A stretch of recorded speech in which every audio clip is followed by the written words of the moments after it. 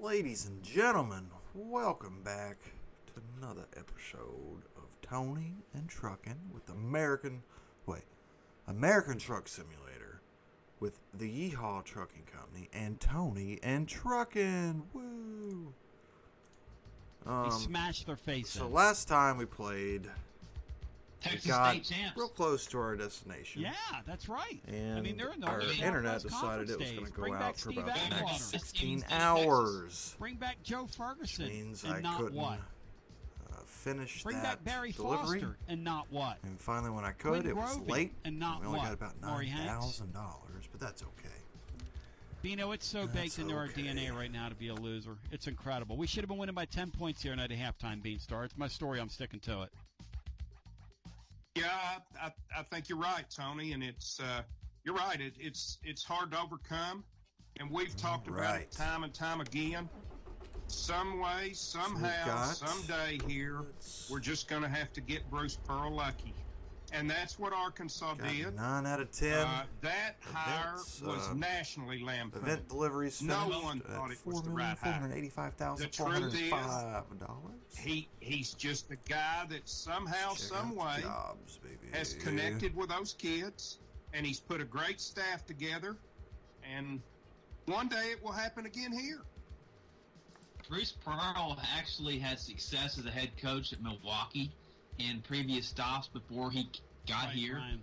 And there was nothing to suggest that Sam Pittman would win like that at Arkansas when he had never been a coordinator. No, these coordinator-worshipping media people who think that these guys have magical powers, when they don't realize you just have to be a solid football coach, a solid human being, and have excellent coordinators. Denver. And then it doesn't hurt to have 16 COVID seniors on your team, many of whom play. Yeah, Doesn't hurt either, We Bino. got the power. No, that's a big factor in what they're able to do there. But they were able last year. Again, I think their win total was half a game, maybe 1.5. They were able to Yeah, show we were some life thinking last they're the year. worst team in the SEC, and their schedule was just brutal when it was announced. No question. Let's do it. Let's do it, baby. It's incredible. Okay, cool. Let's hear it. And they go to Georgia as a live dog, really a live dog. That's an incredible, intriguing game that's going to be going on simultaneously with ours on Saturday. Simultaneously. Oh, it's this weekend's an intriguing game. Now listen, some intriguing matchups. This deal here, this weekend, and Josh Heupel meeting with the press, they're keeping it very close to the vest as to Hendon Hooker's status. I'm going to be the first to say on here, and I'm going to see if I can get 2 amens, because I said it in the blog, but I'm going to say it out loud. First of all, I don't believe that Joe Milton was hurt, and I haven't believed that. Am I calling Josh Heupel a liar? No, I'm calling him a football coach. Football coach. And those guys lie for a living. So there. Doesn't mean he's a liar in real life. It just means when he puts that hat on, he's got to play the game. Okay, fine. We're all grown-ups here. You take care for what I'm trying to say. Joe Milton does not belong playing in that game this weekend. Get ready. Put him at linebacker, damn it. Get I don't know the what they're CJ gonna do, League of course. treatment. If Hendon Hooker can't play, if Hendon Hooker didn't show up here, see, I think all that is kind of to cover for the mistake they made in dubbing this guy as the starting quarterback. That's my story. I'm sticking to it. Here's the deal. And I want you to be intellectually honest with yourself here. If a guy is really hurt, he's not available to play in that game here tonight. Those are facts. You watch the NFL game. Starting quarterback gets hurt and that backup goes in and plays. When the backup, in the event that he leaves, the third-team guy is the next guy up. Now, I realize they've buried Harrison Bailey. I realize that. You realize that. Bino, Brian, everybody realizes that that's listening to us. But this is my advice to Harrison Bailey back in the summer on the air was, you're not in this thing right now. But we've seen these deals come back to people like you. You stick around long enough around here these days, you see a little bit of everything. Should be good on sleep and fuel. The prudent thing to do, and I'm not a coach, Get ready to turn. but I know what I say. Just like I'm not a chef, but I know a bad hamburger when I eat one. You know, I'm not a woodworker, but I know a great piece of craftsmanship compared to some of this made in China stuff that you can buy at Wally World. No offense to them. You know, Joe Milton looks to me like he does not belong playing football at this level. No offense to him. Now, they might be able to reach him in a few weeks or reach him or whatever, but he looks to me like they ought to give Harrison Bailey a shot if Hendon Hooker can't go this week, Bino, in my humble opinion. I will start with you. Do you believe that, yes or no? I think I believe that's the move I would make, Tony, because it just didn't, after a game and a half to kind of really 2 games, to sit over there and watch things and gather yourself. Joe Milton Saturday looked no different than Joe Milton early season. Brian? Well, Joe Milton actually looked worse. He did look worse. Than he did early season. He did, Brian. And what's really ironic, and this is something that I've actually harped on before, is that the quarterback who comes here to play for Jeremy Pruitt is going to end up being better than the one that Josh Heupel, the offensive guru, handpicked. That the offensive guru and QB developer handpicked to come here. Now, granted, he didn't have his choice of top-line QBs, but still. And what if Harrison Bailey, who they've just given up on, seemingly comes in and they're able to run the ball because Missouri's run defense is bad, and then they're able to make some plays down the field with him? What if he lights it up and their offense rolls? Josh Heupel is going to be questioned even more by keeping Bailey at third string. They're going to be like, well, why was he third string? You know what, Brian? That's okay. He's still on your team. That's a nightmare scenario for Heupel as far as just credibility goes. And there's no doubt in my mind that's what they did with Milton. They put him on the shelf. Oof. Instead of admitting this guy's been, we've slotted this guy over this guy, they put the narrative out, and hey, my sources told me that, and other people had the same sources, that he got reps with the one. I'm sorry, Hendon Hooker's the starting quarterback of this football team. And that is a period, end of sentence. And they better be thankful he showed up. They better be thankful he stuck around. Because if he would have gotten the memo, like a lot of people knew the memo was, and he would have gotten out of here, they'd have been up dire straits without Mark Knopfler. You know, they'd have been in some big trouble. And they would have been so far away from me, you couldn't even see them from the quarterback situation. Yeah, he's turned out to be a blessing, Tony, for the staff. And I really don't care what the staff says. What I want to see is what they do. Yep. And what they've done is, since Milton had to leave, they've played the correct quarterback. Regardless of what the narrative is, they've played the correct quarterback. And that's what I said I trusted this group to do, and that's what they've done since Milton went down with an injury. And I understand why he just doesn't come out and say, okay, we were dead wrong on Milton. What does that do to Milton going forward? I mean, you may need him again. I wouldn't say that, but I don't believe what they're saying. I see what you're saying. I'm just saying I don't believe what they're saying, and I wouldn't say that. I would, but that's why I wouldn't play him this week. 84,000 on that. Because I would not take a mistake and compound it by doubling down if Hendon Hooker can't go. And I don't know what Hendon Hooker's status is this week. We're having this conversation in a vacuum. People are going to go, well, Tony makes it sound like Hendon Hooker's. I don't know whether Hendon Hooker's playing this week or not. I'm having a sports fan conversation in the vacuum because it's interesting to discuss, which is this. let's say Hendon Hooker plays and he's one hit away from going out of the game again.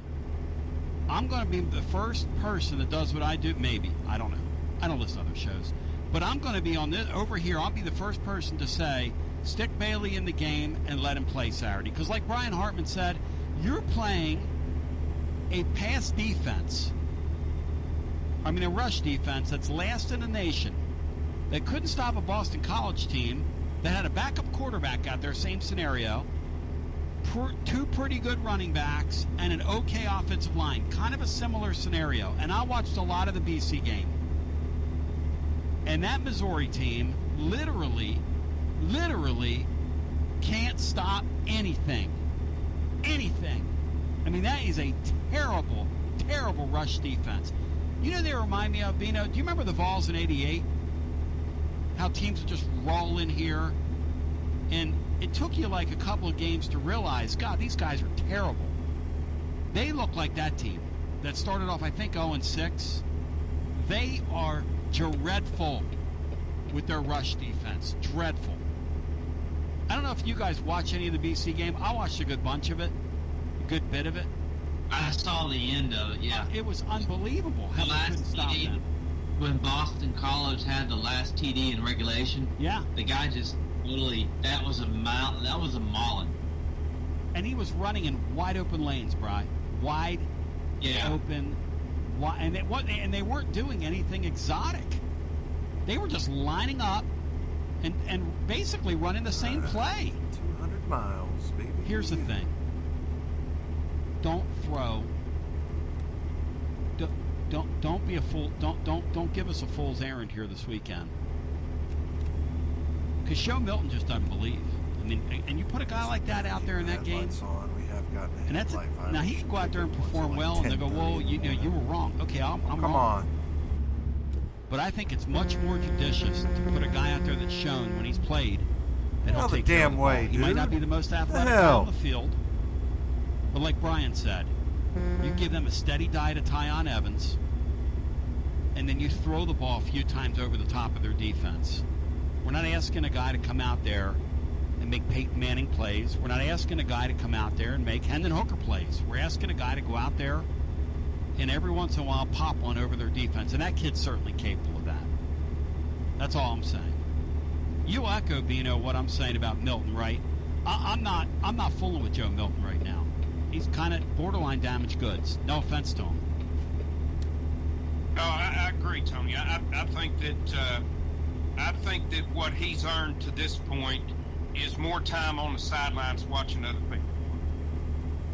Back to the phones we go. Let's get our first call in. 865-200-5402. Hello. Who we got?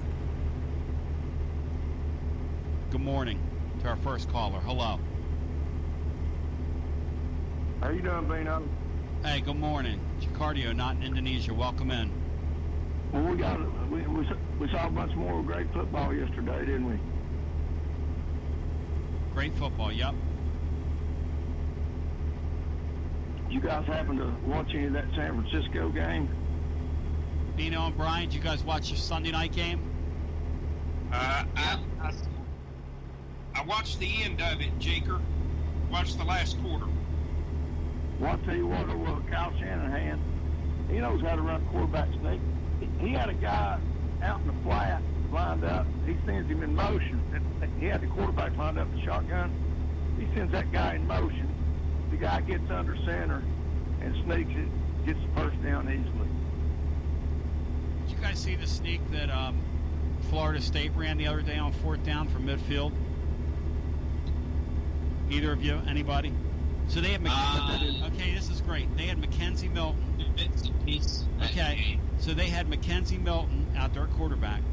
He's looking over like the kids do in college at the sideline for the play. While he's looking over there for the play, this is part of what the design of the play. They snap the ball to the running back, and he runs it on 4th down, 4th and short into the line. Problem is, they snapped the ball to him 7 yards deep, and he got tackled for a 3-yard loss. Oh, but I'll tell you this, Shaker, it's pretty design. Lordy.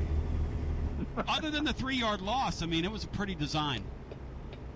Tony, you better be cheering for those Chargers next week. Jeker, I got my Kelly green on and my old school Eagle emblem to the core, and I've got 2 appointments this afternoon, and I'm going to reel, rock, and represent till the break of dawn, brother. Because when the bell tolls midnight tonight, down there in Dallas, my boy RJ Choppy, down there on Dallas radio, and the rest of Cowboy Nation, probably going to be celebrating, which makes me sick of my stomach, by the way. Tony, my boy Gruden beats the Chargers next week and goes to 4-0. After that, he's got the Bears, Broncos, then your feeble Eagles, and the Giants. You're going to be insufferable. Oh, You're already on. Right. And then That'd be about 8-0 going into the Kansas City game. Excellent. Hey, Tony? God bless Andy Reid. never put Yes. it past Hey, Bino. John Would you Gruden agree to lose some that, games he should. A big part of football Almost is happened emotion. yesterday against the dreadful Dolphins. Absolutely, Jake. A big part of any sport's emotion. Well, my problem with Josh Heupel is he's in too damn big a hurry to show any emotion. He needs to slow down. Brian, would you please try to extrapolate what that means? I need a translation Well- from you, Brian. Hang on. I'm asking Brian to translate it. Go ahead, Brian. I guess it just means that his offense is too fast. They appear to be in a hurry to run another bad play. What do you want Or me to they- celebrate? or you want to hurry What do you want? to- Brian, don't say overthrow that. it. Brian, it's not. What do you want to celebrate? What are you talking about, Jeker? Show some emotion, Well- Hype. Sam Pittman. I've watched a number of interviews with that guy. Here we go. Saw some on Feinbaum last week, Oh, let's hire Steve. and then saw him on college game day there Saturday. Those kids love that guy. And during that Rams game last night, did you see Sean McVay running up and down that sideline? Pat St. You know. Jr. Now, old Dick from Murfreesboro wanted to come on here and attack me, saying I was talking out of both sides of my mouth. You know, he likes to brag about Yes. working in the jail down there. in Nashville. Excuse me. His name's Richard. Okay, and thump on that Bible, which there's nothing wrong with that. I think a Oh, little baby. Bible thumping stood for the soul. Jeker. But I wasn't talking out of both sides of my mouth. I was just saying that hiring a football coach, you got to be able to judge people on the interview. And for Danny White to hitch himself and bring up his coach from Central Florida, I just don't think that was a good move. And by the way, what is Heupel's buyout? We know Danny the plumber's got a rollover contract. $8 So million. whenever we Yeah. fire him, we'll have to pay him $8 million. Yes. What are we going to have to pay Heupel? I'm not Wait. looking at that. You're out of here. Why do you want to ask questions like that, man? What's wrong? What's wrong with him? Tony, He's you're picking the a fight. place Jeker for the wants to common coach fan. fire. Come on, man. Yeah, we're 4 He games wants to in. coach after Heupel fired. We're 4 games in. Let's fire the guy, G. We're 4 games in. Let's compare him to Sam Pittman. That's real fair. I mean, what a joke. More after this. Adam Buckles is your Medicare specialist, your go-to guy when it comes to Medicare and your Medicare needs. If you're 65 and over or on disability, you owe it to yourself to call Adam Hell Buckles. yeah. Adam is licensed all over the Southeast to handle your Medicare needs. Adam is a Yes. VFL to the core and wants to help you find 73 miles. the right Man, I hope plan this for counts. you. Get back Look, to there the are many long options to haul. choose from. Even if you're already on Medicare, Adam might just have a better plan for your needs. So take it from TB. Call Adam Buckles at 423-213-7655. That's 423-213-7655. But don't just take it from me. Take it from Titans B. Call Adam Buckles. He's my good Christian friend, and he'll take real good care of you. When you need an enhancer or two for your Medicare, call Adam Buckles. 423-213-7655. That's 423-213-7655. Tony Basilio here from my good friend Marcos Garza and your Garza Law Firm. Pretty jacked up that it's football time in Tennessee. How about you? Well, I still have word of a troubling development and what we can do about it. Because carpetbaggers remain in our area. Out-of-town law firms, carpetbaggers, have been swarming in the East Tennessee lately. Firms from Memphis, Chattanooga, Birmingham, they've stormed into our area. You've seen the ads on television. You've heard some of these new ads that are popping up on radio. Let me ask you a question. Wouldn't you rather do business with somebody that's live and local? A local law firm? You know, a true neighbor. Marcos Garza and my friends at your Garza Law Firm are exactly that. These are your neighbors, your friends, our neighbors and friends. Support local causes year-round. Marcos Garza and the Garza Law Firm, always there for me when I have a need. For Fish Hospitality Pantry, and also our Machi Tailgate, just to name a couple of things. They're live and local. They're one of us. They're of our earth. The Garza Law Firm works to serve you professionally on criminal matters, injuries, and accident matters. The Garza Law Firm is here for you at GarzaLaw.com. And they will be for many, many years to come. Live, local, one of us, one of you. The Garza Law Firm. Let us help. Life never stops moving. And between the 30-minute commutes, daycare pickups, weekly soccer practice, Tuesday night yoga, X number of coffee runs, and that weekend trip to Grandma's, you're racking up the miles. What you need is a tire that can keep up. A tire designed for doers. A tire that's going to last. Like the exceptionally long-lasting Michelin Defender tire. With an 80,000-mile warranty and the safety and comfort you expect, you can forget all about the miles ahead and focus on getting your destination or conquering your to-do list. Fleet Tire, I-275 exit 1B at East Woodland Avenue in Knoxville. That's Fleet Tire, I-275 exit 1B at East Woodland Avenue in Knoxville. Fleet Tire. What do you call a group of friends who wear the same jersey for good luck, no matter how old it is, and who support their team through thick and thin, week after week, as if the very season depended on it while drinking Miller Lite? You call it Miller Time, all football season long. Here's to the original light beer. It's Miller Time. Celebrate responsibly. 2020 Miller Brewing Company, Milwaukee, Wisconsin. Carnes Motor Company is celebrating 20 years of serving the living East Tennessean. Like us here at your Tony Basilio Show, Carnes Motor Company wins because Rob and Brian go above and beyond for you.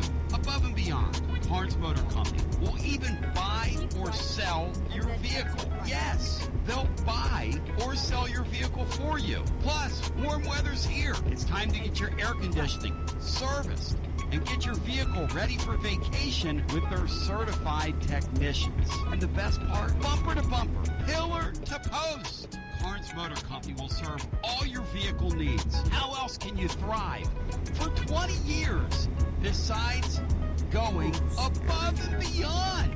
You will win with Carnes Motor Company. 7447 Oak Ridge Highway. Online at carnesmotor.com. Win with Carnes Motor Company.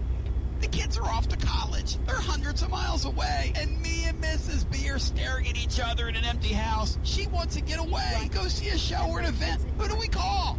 Yeah, Select Ticket Service. How about when she wants to go to an NFL game? Hey, Select Ticket Service. Back to the phones. About a concert in Atlanta. Select Ticket Service. Say an NBA game in Charlotte. Select Ticket Service. Select Ticket Service. Select Ticket Service, 687-1718, 687-1718. Select Ticket Service. Yeah, that'll play. Are you or do you know a senior that wants to give back and make some extra money while doing it? Well, I've got a life-giving idea for you. It's called Seniors Helping Seniors. This is a special job that will work around your lifestyle. Whether you or the senior you know can provide just transportation to a fellow senior or have a full nursing background, you have the ability to work as many or as few hours as you would like. So any senior can do it. Give them a call and join the life-giving team at Seniors Helping Seniors. 865-269-4483. That's 865-269-4483. Or find them online at seniorshelpingseniors.com. It's a great way to give and receive. Seniors helping seniors. It's always magnificent. Mondays on the Basilio Show, presented by our friends at Fleet Tire. I-275 exit 1B at East Woodland Avenue in Knoxville. Fleet Tire, I-275 exit 1B at East Woodland Avenue. Steve, you got the package. That's what... Brian, what did it look like? What did he look like? Pretty good? Count. His numbers and his... It I looked don't like understand. He was back here. It was deja vu. I mean, it was so... It seems like his completion percentage is high. He doesn't throw very many long passes, and yet he rarely makes plays that matter in a game. And unfortunately, the one big play he made was a pick six to the other team. Back to the phones we go. Bino, are you following him? Beat all to hell, too. They're beating him up, yeah. Bino, have you followed it, or are you just not looking at it? Tony, I waited 10 years or however long he was here for him to leave. What a great I did not look at it. That is the kind of stuff that Bino is called back again and again and again for. Let's go to the phones. Our head coach coming up 12:15 on many of these same stations. Hello and welcome into our next call. You're live on the air. Hello, you're on the air. Welcome in. 3, 2, 1. Hello and welcome into our next call. You're live on the air. Tony B, what's good? What's good with you, man? Welcome Florida. in. All right, man. Hey, listen. Y'all did pretty good first half, man. Hendon Hooker should be the starting quarterback. Interesting. Coming from Florida. And no ifs, Joe Milton, when he got out there, he still, bro, was doing his same old stuff, bro. Same old. Joe Milton, in a word, looks like he's fighting himself. And I wouldn't put that guy in a Southeastern Conference football game this weekend, would you? Okay, so... No, but I told you, bro, Michigan had to get rid of him for a reason. You know what I mean? They somebody saw something in him, but Michigan saw something too. And he's doing the same thing he did at Michigan. And I remember you had a caller telling you that same thing. Your guy, Emory Jones, Dan Mullen, Bino, that freaking guy that you and I crack on, he has developed another quarterback, Bino. He sure have. Tony, I was the first one to say... You called him slaw. Yeah, I called him slaw, yeah. I apologized the next day, though, didn't I? Bino will tell you. I apologize. He did. Florida apologized the Monday after the Alabama game. Dan Mullen is just he truly is amazing with quarterbacks. Figures out what their strength is and basically designs his offense around it. Yeah. Florida, you guys were first half of that game. You guys had that hangover from Alabama. Let's see what. And you called that. Not been to. Yeah, how could you not? You know, how could you not? But at the end of the day, that Tennessee team just makes enough losing plays to not stay in a game like that. Catch up. Hurt yourself. Yeah. Can't hurt yourself. Yep. No, can't do it. Yep. No. Like you guys, like you guys week before, you guys had a bad first quarter and then played flawlessly for 3 quarters. And that's the kind of effort it was going to take from Tennessee to stay in that thing. And when we dropped that pass on 4th and 6, might as well have walked off the field because the game, for all intents and purposes, was over right there. Jackson, it changed the game. It's just like it took a lot out of Sheridan, you, bro. Cheyenne. It's like y'all were deflated when he dropped that pass. Rock Spring, Cheyenne, Riverton. Yeah, you're right, man. But it was a good game, though, bro. I told you. So you know, the SEC people play each other real well. They play each other real well. Bino, are you surprised that he's not gloating at us? Okay. No, I don't think. Let's try that, and then. I think Florida gets on here and has fun. But I don't think he's a typical throw it in your face Florida fan. No, I won't do that, Tony B. I bet you one thing, though. I bet Andy coming up 95, missing all the rap words. He's trying to spit on his way back. Oh, Lordy. Poor All Andy. right, let's try to find something hey, listen, to share. I'll say this for our fan base, Florida, and he's one of them. Those are some dedicated people, because you use the term slaw. Our football program is stone cold slaw right now, and those people spent their hard-earned money. Just think about what gas costs to go from where Andy lives, or any of our fans that drove from here. Think about what the fuel cost is right now. Just fuel cost, just to go down there and watch our football team. And somebody said there were about 7,000 to 10,000. Somebody I respect. That's a pretty incredible fan base we have. And then we're on to like 2:30 in the morning the other night talking about that. I mean, are you kidding me? Yeah. Okay, let's do this. Yeah, I see it, here. Tony. I see it. Andy's somewhere sick, man. So when he call in, man, I'm gonna be listening for him. But I'm not a gloater, Tony. I don't. You know what I mean? I just want it to be back the way it used to be. I believe you really say that. I believe that. I just want to be back because you know what? And it's a lot of bad Florida fans, but you got a lot of good fans. I just like interacting with people. I'm a military guy. I just like interacting with people. Wow. So it don't bother me to come up here and somebody jug me. Because you jug me, I won't jug you back. Well, but, you got to be humble, too. I thank you for your service, my man. Thanks for the call today. It's always good to hear from Florida. Aussie Gator, Bino, you want to hear a great story? So Aussie Gator Jeff is tailgating the other day. And he's got his Florida jersey on. He's got his son with him. And a guy overhears his voice.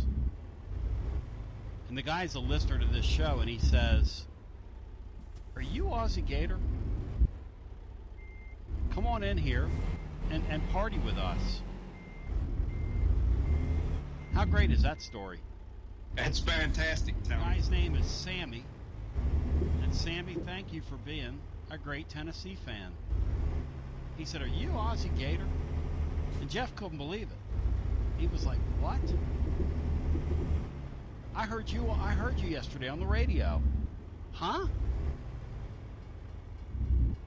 Tony, I think I saw Andy tweet a couple of different times that he had the best road experience that he's ever had as a Tennessee fan. And I'm happy to hear that things are better down there than they used to be. I know we're not a threat to them like we used to be, and the heat isn't the same, but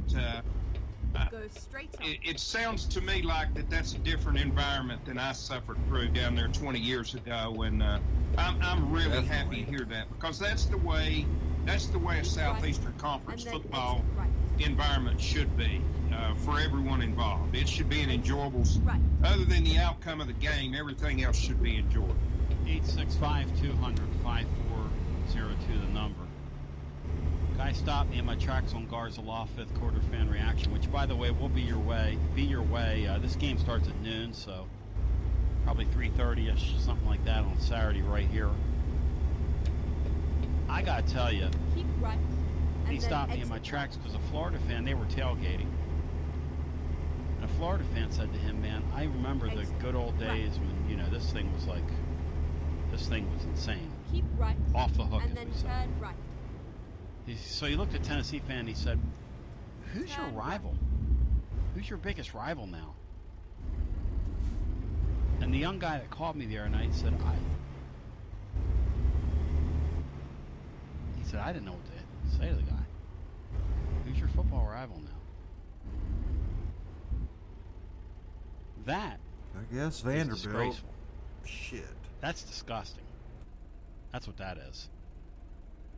When you can't answer that question and you're us, that's not good. Matt Dixon the other night, he goes, Kentucky. That might be what we're reduced to.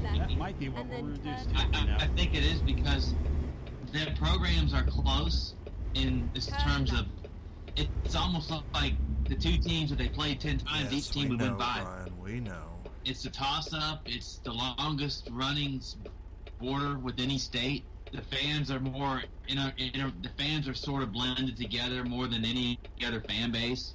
in term culture and all that else. No. So I go with Kentucky all time is the biggest rival. Brian, Georgia, Alabama, Florida has been sort of, due to competition. They went 34 being at the top. But they went 34 years without beating us. But if you throw in basketball and other sports too, I think you have to consider that. Turn right. Well, unfortunately, we just moved into their neighborhood. We moved out of our old neighborhood and into their neighborhood. And we've always been their biggest rival, football. Well, that's a great line, Bino. But we never considered them ours. And at this snapshot in time, that's just the way it is. Well, it's a big deal. It's a much bigger deal. It was a much bigger deal to Kentucky because they couldn't beat Tennessee, whereas it's like Florida versus Tennessee now. Florida fans don't look at Tennessee as a rival because they haven't won much on the field. Kentucky fans look at Tennessee as a huge game, but since Tennessee always beat them, Tennessee fans really didn't consider them to be a big football game. Now basketball's different. I was driving to a gig yesterday, guys, and I was heading up to Cove Lake State Park, and we were playing outside, which is really nice. And it's a beautiful spot. And God, it was a glorious day. But I was thinking about that phone call, and I thought, that's our football rival. Like, how do we get here? Bino's a great. That's a great analogy. We've moved neighborhoods. Hello and welcome into our next call. Turn right. You're on the air. Hello. Guy hung on to hang up. Hello and welcome into our next call. Some could argue our greatest rivalry is in our athletic department. Yeah, the athletic department. Yeah, the administration and the athletic department is Tennessee's greatest rival. It's good. In the booster base, that's a good line. I'll tell you what, Andy is right and wrong in some ways because on the best experience and things have changed. Bino, things haven't changed down here. I promise you, if we would have pulled the upset, I got my ass whipped on the way back to the car. They were already chirping at 14-10. Some drunk fans behind me already. And hey, that really felt like a game, didn't it? Hey, we hit those big plays. That felt like a football game, didn't it? Hey, first 27 minutes, though, I mean, we exactly like we said, Florida was going to be down a little bit. We were doing everything we needed to do, but my question to y'all is Heupel, are these receivers getting wide open, or is the defense not respecting them? Keep left. Because I'm seeing guys left. left and right. I mean, obviously you got the obvious ones. The guy's got to catch, make the catches, and all that. Those are obvious ones. But when you see, once again, and I'm really torn on because I don't want to crack on kids, but at a certain point you got to quit calling them kids. When you see Milton come in there, and you got fans literally asking, Florida fans asking me, why is he throwing the ball away? And I have to explain to them, he's not throwing the ball away. He's trying to hit that receiver.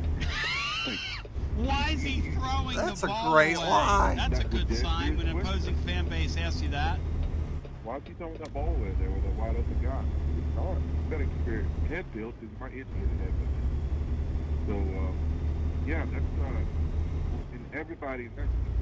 Let's get up to Cheyenne and try to find something up always to. say do smart things because we're emotional, Sheridan, and we're passionate, and we're frustrated. Sheridan. But everybody knows that Bailey is a better option. Joe Milton third. I said it the other day. It says on the back of his jersey, he's number 3 quarterback. He needs to stay. He don't ever need. Somehow we managed to get somebody better up there than Garrett Garantano. And this guy started him. So what do we? No matter who the coach is, what are we doing here? I don't. Did you see those throws? Keep right. Bino, is the guy worse than Gitmo?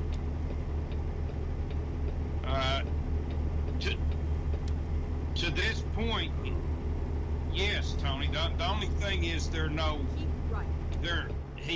You remove the catastrophic plays because most of the time he doesn't throw it in play.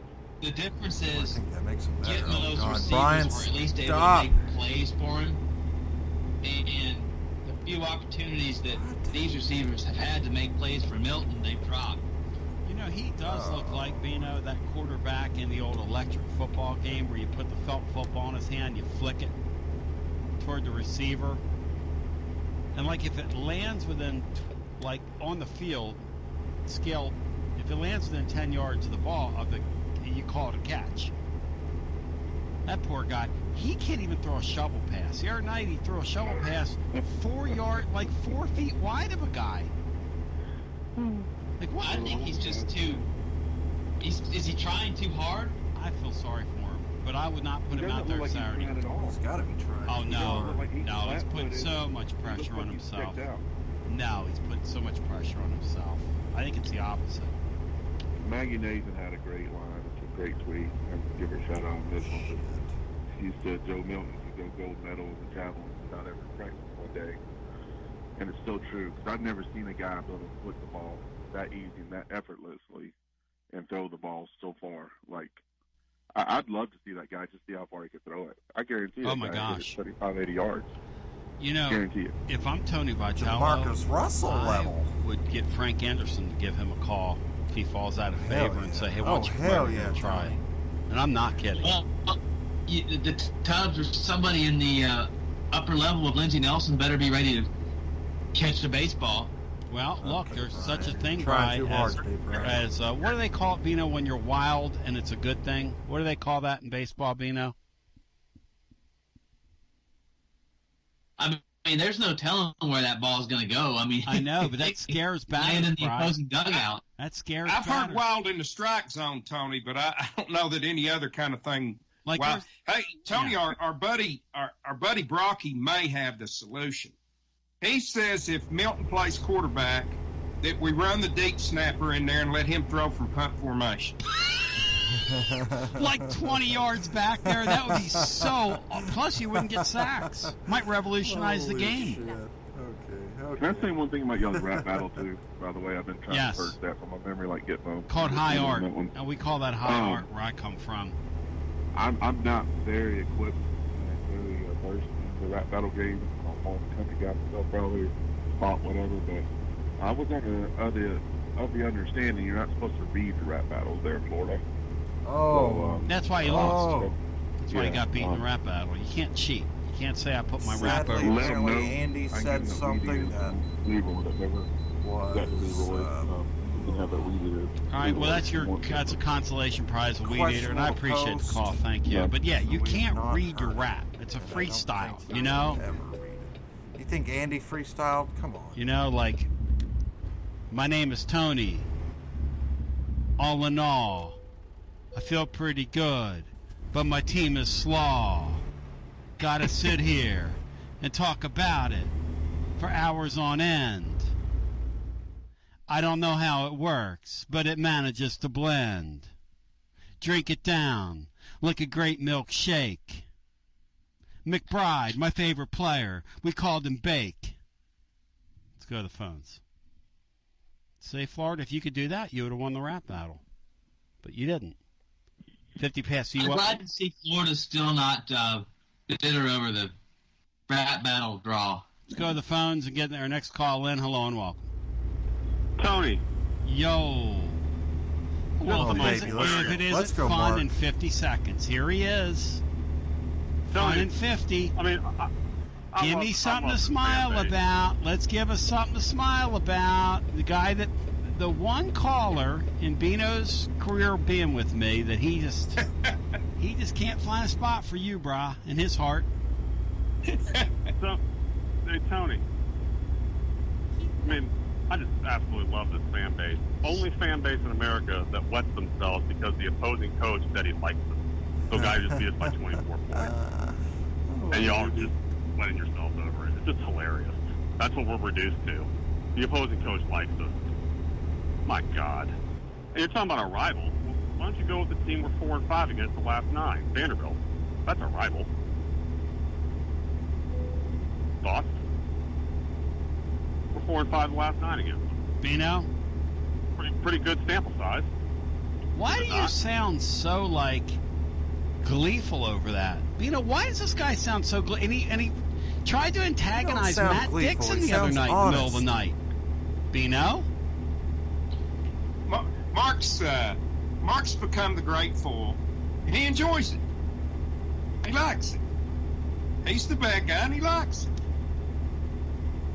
I'm just here to point out the delusion. That's all there is. That's all it is. The delusion.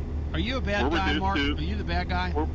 We're reduced to making fun of a kid that played here, and all he did was go into the football game when the coach told him to go in the football game, probably try his best, and he's at another school now, and that's what we're reduced to, poking fun at him. We're reduced to poking fun of other programs like Texas A&M, calling them popcorn flatulence. If they're popcorn flatulence, what are we? Explosive diarrhea? Did you say that? Oh, Lord. Texas A&M is popcorn flatulence. What are we? That's a good line. Dan Mullis is not a great coach. What are we? What do we have? That's a good line. But Bino's Meatloaf Mullen thing's still going to hold because they're going to end up with 2 losses with that team this year, maybe 3 for. And what are we going to end up with? Mark, hey Mark, we're still allowed to talk about the sport. Like, I don't know. Yeah, who Mark, made because you, we suck doesn't make those other things wrong. You want me to come on the air, Mark, every day and just wear sackcloth and ashes and just go, woe is us, woe is us? You're a damn fool, dude. You're getting on my nerve. Hey, listen, don't tell me what I can and can't talk about. You want me to run? You want me to blow your Yankee ass up? I will. I did it the other night. You want me to blow you up again? Tony, you didn't answer my question. Okay, the answer's yes. The answer's yes. See what the answer was? The answer was yes. Did the audience get that? Listen, you clown. We're going to get on here and we're going to enjoy our team for whatever that's worth when they take the field, and we're going to discuss it, and we're going to enjoy what we can enjoy. And if you choose not to enjoy that, then you choose not to enjoy that. And we're going to enjoy college football, and I'm going to watch Gitmo, and I'm going to have fun with that. Gitmo Mania, because I got the T-shirt. Prove it here in the Ray Mirror studio. I got skin in the game. I got the shirt. Brian Hartman has a shirt. Brian, do you have a Garantano shirt? Yes. Okay, so we're allowed to talk about it. We've supported this guy in the NIL. In a way, I'm one of his T-Club members, if you stop and think about it. Martin Columbus, I want you to read my lips here, okay? Your Yankee attitude of you being better than us and me and all this, you're starting to piss me off. Tony, don't push it. Don't push it. 865-200-5402. Bino was right the other day when he called you a no-count fool off the air. More after this. Alumni Hall is your Tennessee shopping destination with the absolute best selection of gear. I'm talking the best stuff from amazing brands like Nike, Nike Golf, Champion, and more. Plus, Alumni Hall has great women's fashion and gear for the kids, too. And Alumni Hall offers 10% student and military discounts in store. Plus, you can shop online anytime from plumbing needs. Volunteers. Now you go with Rim. Maine, your neighbors. You'll be for Crow, if it makes them feel for your different. Say it with. Yes. Hello and welcome into our Ray Jake. And after the last, we're out to the caller, Florida. I would love to make you a member of our fan base. I'll send 2 Mark from Columbus's. And after the last hour, I'll send him a Jeeker too, Bino. You want to throw Jeeker in on that deal?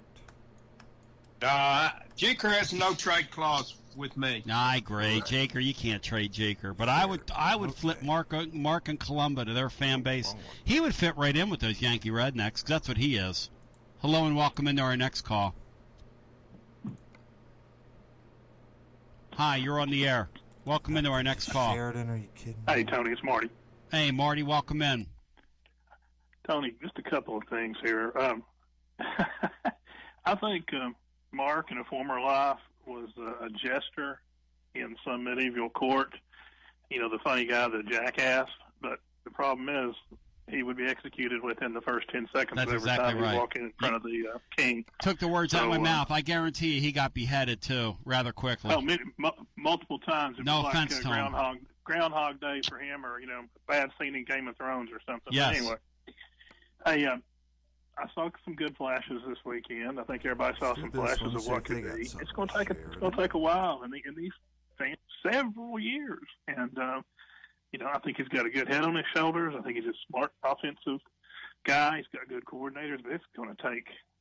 It's almost like building something from scratch. I mean, it's a little bit above scratch, but he's not got, on a 1 to 10, he's starting with about a 2 or 3, and got a long way to go. Got a text from my friend. He's an LSU fan down in Florida. He loves Tennessee, though, but had 3/4 of the way through the second quarter, and the text basically said, "Hey, man, we eked one out today, LSU." And he said, "Your ball's looking great. What's going on with them?" We got into them. I said, "They are playing good." I said, "I'm tickled to death." I said, "But what worries me is depth. We have 0. And I'm afraid the second half is, some things are going to happen, and it's going to show." All season. I think that was part of it. We have 0 depth. So, move the ball and then lastly, other offenses. I'm going to ask you just a rules question. I think I've seen this once before in a game. Well, they had the 2 number 1s out there, and they both ran off the field, which is a friggin' calamity. I don't know what happened there. But if Florida had gotten back and we have no return man there, is Florida, can they legally, as a kicking team, can they turn around and fair catch their own punt and down it somewhere, or do they have to let it bounce, or what's the rule on that? You can always down a punt. Even the kicking team can? Of course, yeah. This is where it is. Okay, I just figured if there's no Tennessee guy standing there and the ball's coming down, why could he not just throw his hand up and catch it and take a knee right there, and that's where Tennessee gets the ball. I thought I'd seen that before. It's been a few years ago, but I just wanted to double check on that. Now, is that you're talking about a punt return or a kickoff return? No, punt return. Yeah, punt return. Obviously, you can always down a ball, sure. Yeah, because if it's a kickoff, that'd be your ball. Right, that's your right. Ball. That's right. I'd probably just run it into the end zone for a touchdown. Yeah, I'm so punch drunk from the weekend. I'm trying to recall the play you're talking about, but it's the 2 number 1s. We got the penalty. 2 number 1s ran off the field. One of them was I think one have both been return men, and the ball just kind of bounced away. But I'm thinking if the Florida guy was standing there, he could have caught it and just took a knee with it probably. So. We have such a mess right now in terms of the penalties and all that, and that's something that's a controllable that they've got to clean up. Now here's the one thing, right, with Heupel. We knew at Central Florida their teams were highly penalized, and they have been, because when you go that fast, okay, fine.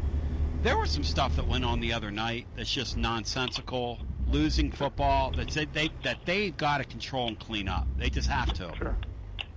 Yeah. Nature of the beast is there's going to be some penalties, but yes, like you said, there was too many. Yeah. And, all right. Well, that's all I got. Thank you, Marty. Show, Tony. Good talking to you. And I echo what he says, which is, you watch the first half of that game, you could be thinking to yourself, man, Tennessee looks back.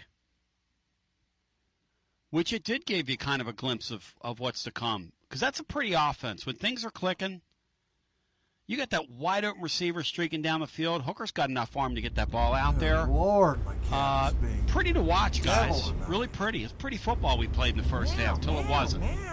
What do you want? You got food. Yeah, I was impressed by several things we do, Tony. And I'm like you. What the hell do you want? If we hit open receivers and they catch the football, I can believe that it's a good trade-off in the pace of this offense to have more penalties than we generally would have. I think you can be effective that way, but you certainly have to clean up that other stuff. You can't have both a highly penalized offense and your other 2 units be the same way. That has to stop. We had a caller earlier talking about are we scheming well, or are people just kind of ignoring what we're doing? I'm not going to take away what this staff has done well so far, and that's scheme offensively. They've got more people open in 4 games than I've seen around here probably in 6 or 7 years combined. Guy's an excellent offensive coordinator. Josh Heupel is just a great offensive mind. You can just tell. Question and the proof in the pudding's going to be, can you recruit to a high enough level? We're going to take his press conference coming up at 12:15. Go ahead, Brian. I thought the 75-yard touchdown to Peyton was going to be the play that sort of launched a new era. Felt like it, yep. And maybe there'll be another new era launched, but it turns out they just wasn't quite. We're just not quite ready for that right now. It felt rebirthy, Bri, because here's the thing. It felt like something that's going to rebirth an era. Yes. Well, it was a part of a crazy tapestry in college football, a crazy day. It would have fit right into the narrative of what went on in college football. Like, for instance, that Bowling Green State team, where I had a writer on, and I'm asking him before the game, we played them in the beginning of the season, how do you do what you're doing? And he said, well, we're going to judge this year based on playing quarter by quarter and who gets better and who doesn't. They had no idea they were capable of winning at Minnesota, and neither did Minnesota. You had a Georgia State team that was a 4 or 5 point 360 further underdog than Tennessee was. Should have won it at Auburn and got ripped off. Got ripped off by the replay officials. Changes quarterbacks like Auburn did. I think they beat Georgia State. Just like that's the reason why Auburn beat them. Plus, the SEC officials helped them. A lot of people didn't see that game. Replay in this league is a rumor. Replay in this league is an absolute rumor. Tennessee's so bad with Pruitt that there's no way the refs could help Tennessee, though.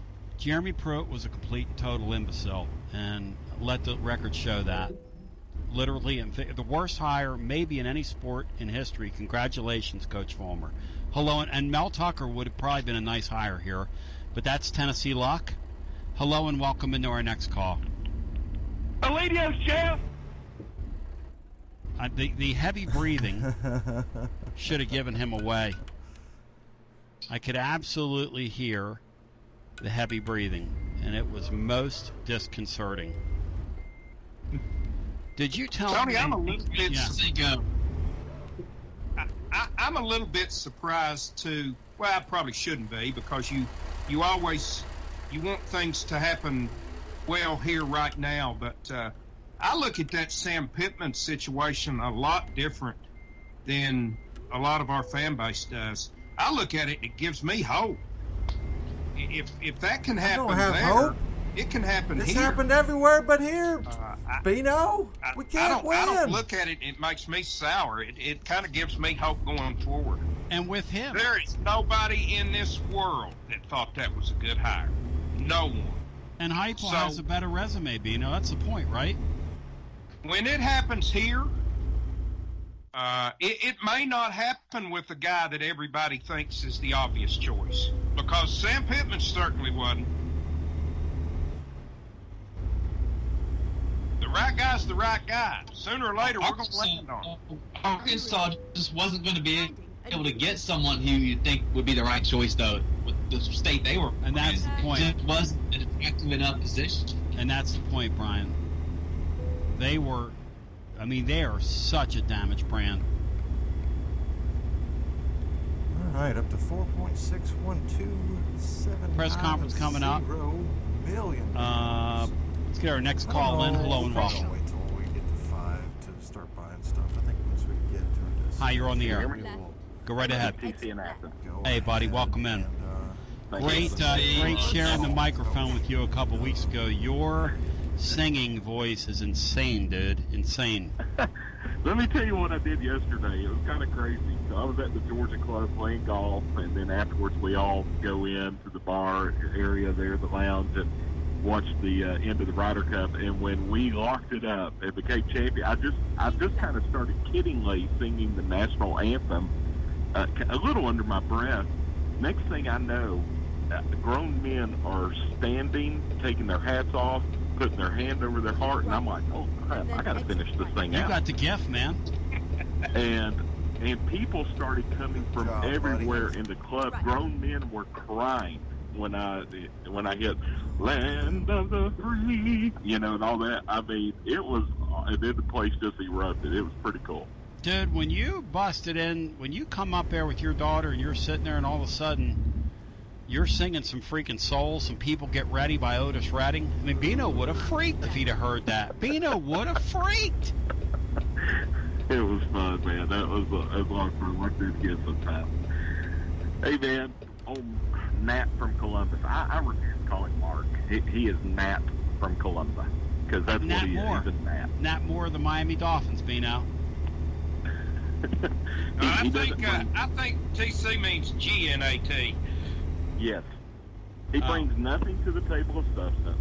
All he does is come to annoy. Just talking about man. And so that's what he's just Nat from Columbus. I can't stand listening to the guy. I mean, we get it, dude. You think you're awesome Intelligent. and we suck. Yeah, you're intelligent. You're a well-adjusted Yankee. Please stay in Ohio. Thank you. Preaching the truth, I mean, we'll Tony. see, man. That's obviously we don't know what Heupel's going to do, but my God, let's give him a chance and see. I mean, I do like the fact that he reminds me a lot of David Cutcliffe. I think he's that type of coach. You know, say what you mean what you say, treat people with respect, go out, scheme it up, and let's see what we can do. You know, I feel like he's that kind of coach. Hey, the other thing I wanted to mention to you, and you may talk about this a little bit later, I don't know if you caught it last night, but on the SEC network, the little SEC story that they did on announcers, if you didn't see that, Tony B, you need to see it. Okay. You talk about John Ward Love. I mean, it was phenomenal. And the guy from Auburn. Wow, I mean, the old guys. I love that stuff, man.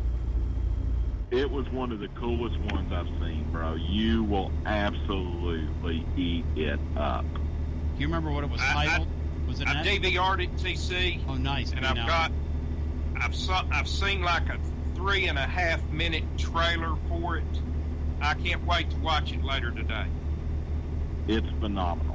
It'll bring back, especially you guys that, I mean, I grew up on John Ward. You know, I'm 46 years old. So I remember the days when there were only a few games on every year. But you guys that really grew up with, you know, very few games to be able to watch, and you basically watch the game through the voice of these guys, it will bring back some phenomenal memories for you. Rest in peace, Brother, John thank Ward. you. Appreciate the Greatest voice of recommendation, and football thanks for of all ripping time, Gannat. See, None other even Gannat, close. Gannat. You know, the Gannat, the human Gannat. 865-200-5402. Incredibly great day to be alive and well with you. The Vols a noon start with Missouri. Brian, have we found out the start time of our South Carolina game yet?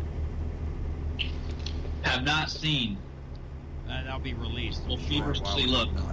Yeah, I'm sure that's going to be released here momentarily, if it hasn't already. The number here is 865-200-5402. We're awaiting our coach to, shall we say, bring it to the table. I'd be very curious to hear what he has to say about the quarterback situation today. And let's go back to the phones and get our next call. Here's something to Nick Saban's going to come on with Peyton and Eli tonight during the Monday night game. Another reason not to watch that. Let's go back to our phones. Oh, we've got Josh Heupel here momentarily. Bino, do you watch the Peyton and Eli We're Funny cast? Do you do that? I do, Tony. I do. I've enjoyed the 2 weeks that I watched it. I watched it last week. Didn't the first week, but thought I should check it out, and I'd do it again. Now, I do like when the coaches sit around and do they like break film down and stuff? They, a little bit. They go through all the, the everything that goes into a play, and it's really like cool. film stuff. I mean, it's just different. That's what's great about it. Arkansas is number 8 in the country. How? Number 8? God bless. Good That got to be coach of the century. That just shows you, though, what Matt Dixon said the other night. You've got 3 teams that can really play in college football. And then you've got a bunch of teams. And it seems like the jump to get from where we are to where they are, Arkansas is a huge chasm, but we were on the football field with them last year. I mean, we were thought to be as good as them last year. Now, granted, we had that mass exodus of players, and it's going to be about players here. But about Josh Heupel, is getting ready to speak here momentarily. Anybody can look at him and go, he's not going to get it done, because chances are he's not. I mean, what's this guy have of being here in 5 years? 25% chance? I mean, if we're being honest about it.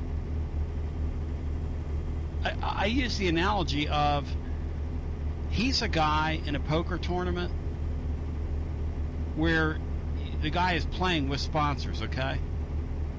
And the guy in front of him got the stack way down low, and he's walking in there, and he keeps getting bad cards, but he's sitting at the table.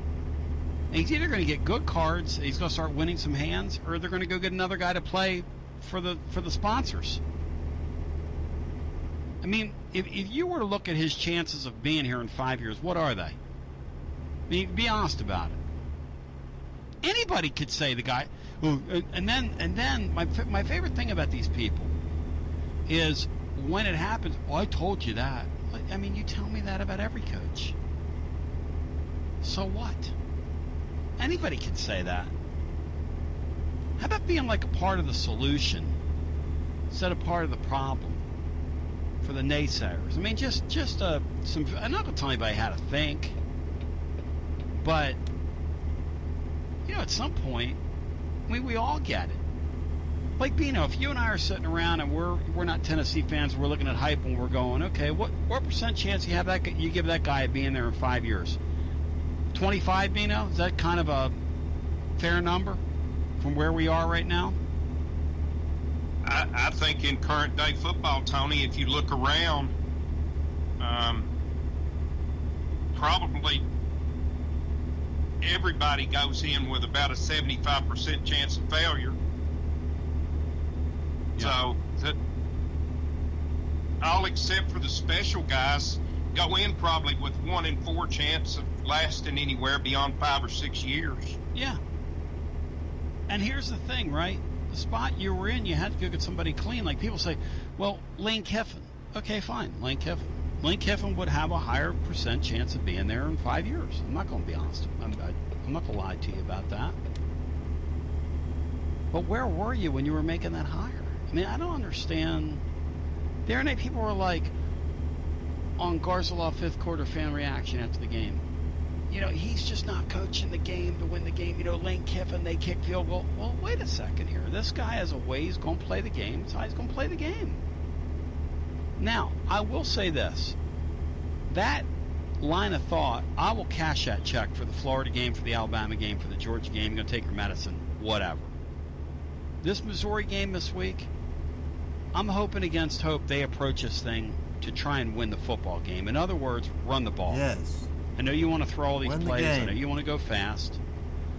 But you're on the road, and if you could slow the game down and run the ball and take some air out of the ball this weekend, you're on the road, and you have quarterback issues. You're either going to have your frontline guy who's beat up a little bit, or you're going to have, God forbid, Joe Milton out there, but that might be what they decide to do. No, or you're going to have Harrison Bailey out there. Give him a chance. In any of those cases, the frontline guy who's a little beat up, the second team guy, or Milton, or Harrison Bailey, I mean, run the ball, manage the game, and run the ball, because I want to win these games. These games are winnable. I absolutely think this game's in reach. And this is one you got to get. If you got the signs on winning 6, going to a bowl game, all that good stuff, here's Josh Heupel. Guys today, and obviously we pointed out the things that are controllable by us, coaches and players alike, that need to and can be better. And opportunity for us to continue to grow from it. Guys had a great attitude and energy inside the building. Anticipate that. We got another road test here inside the league, and it's a really quality opponent. And looking forward to that opportunity to go down to Missouri and play football. So, go up, Coach. Go up. Guys that had injuries or got nicked up during the course of the ball game the other night. Don't know where those guys are at. Hendon at quarterback. Not sure if he'll be available or not. So we'll see how that transpires here during the course of the week and go from there. So with that, open it up to questions. I think You sit him and just run the damn ball.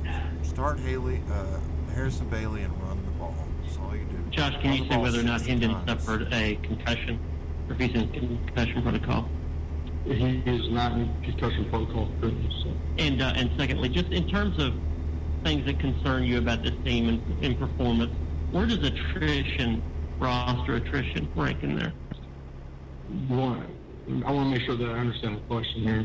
You're just saying, like, just where we're at numbers-wise? Numbers-wise and all that. I said at the beginning of the year, just pure numbers. We're probably as thin as anybody in the country just based off of pure numbers, guys on scholarship.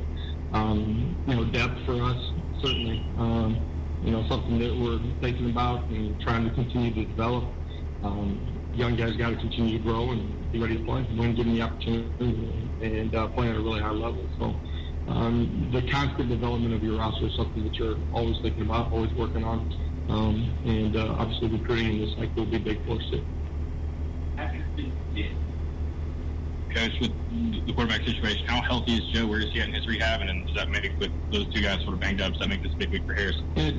Joe was in a situation where could play, wasn't at a full 100%. During the week he got some work, not the same type of numbers that he would have gotten if he was 100%. So I anticipate just through him playing the other night, didn't re-injure or aggravate anything, continue to think that he'll get healthier as this week goes on. When you went back and watched the film, what do you think led to the drops, and what needs to happen in practice to make sure that those drops don't happen again? Well, at the end of the day, you got to go execute on the field. Handle the environment, handle the competitive situation, throw and catch it. Things that we've seen those individuals do at a high level. At the end of the day, we got to go perform on Saturday and finish the play.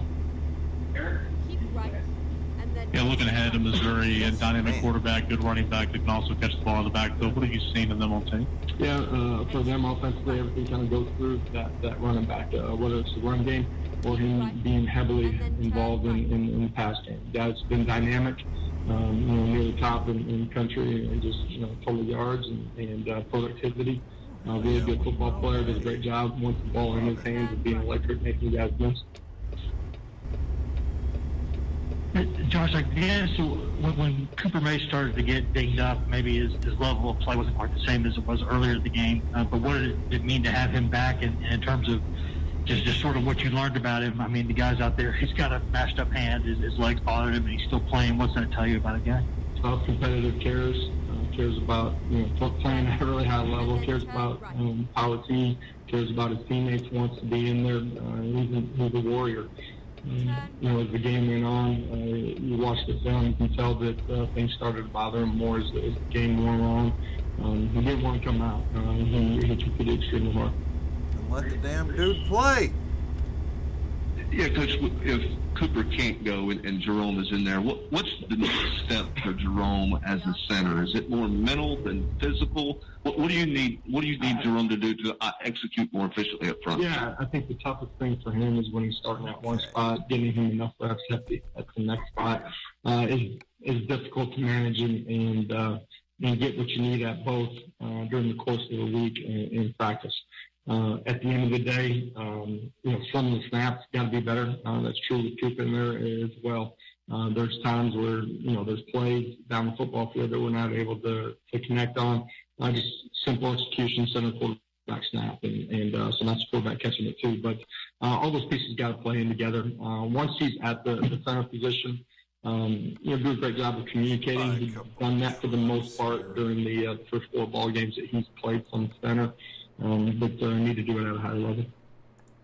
Coach, what are your thoughts on the linebacker group, and kind of how's that compared to where your expectations were at the end of fall camp? I think the group as a whole, through 4 ball games, has done some really positive things. Played extremely hard, made plays, been pretty efficient tacklers. The other night, thought we misfit a couple of things on the second level. We got to continue to play smarter in that group. That's during the course of play. It's after the whistle too. It's a group that is deeper than where we started at the beginning of spring ball. Certainly at the beginning of training camp, seeing those guys continue to grow at that second level. look at Missouri defensively, obviously coached really well with the former NFL head coach, but some opportunities there have you seen from film to maybe pick up some chunk plays? There's been some explosives in the run and the pass game against them. I think they've gotten better as time has gone on the first 4 weeks. Understanding their scheme, fitting things better. The group has continued to improve. Josh, you guys had the double number situation on special teams. You talked a little bit about it in the post game. How do you avoid that happening in the future? And is a number change a consideration for either of those guys you might need? Yeah, for sure. With Theo, he's been a punt safe guy, which is allowed Trey to be on the football field. Unique situation, not being able to see. Need him to be smart in how we communicate that, be able to transition, not just the returner, but then training to get out of the ball game too. It's one of the things that we talked about, coaches and players together being better to handle that situation the right way. But it also costs a lot of money. Surprised that took that long to come on. Coach, if Hendon is banged up, is it automatically Joe, or is there any competition there between him and him? I'm not going to speak to situations that aren't real at this point. So we'll see where we're at during the course of the week and go from there. Josh, I know that defense gets a lot harder when a quarterback gets outside of the pocket a little bit, gets out there on the edge. Is there anything y'all can do to sort of maybe make the damage less when it gets there? Because it's happened a few times this year with Pickett and then obviously with Jones. Once they're out, the numbers advantage is in their favor, right? And so as a secondary player, you're caught in a dilemma of continuing to match and cover guys, which you need to do, otherwise you're going to give up explosive plays. Once he crosses the line of scrimmage, you got to do a great job of coming off and making a play. It all starts by not letting them escape the pocket that way, and that can be an edge guy. It could be a pressure where we're not setting the edge. It could be interiorly not having gap control and being able to come off and play the quarterback.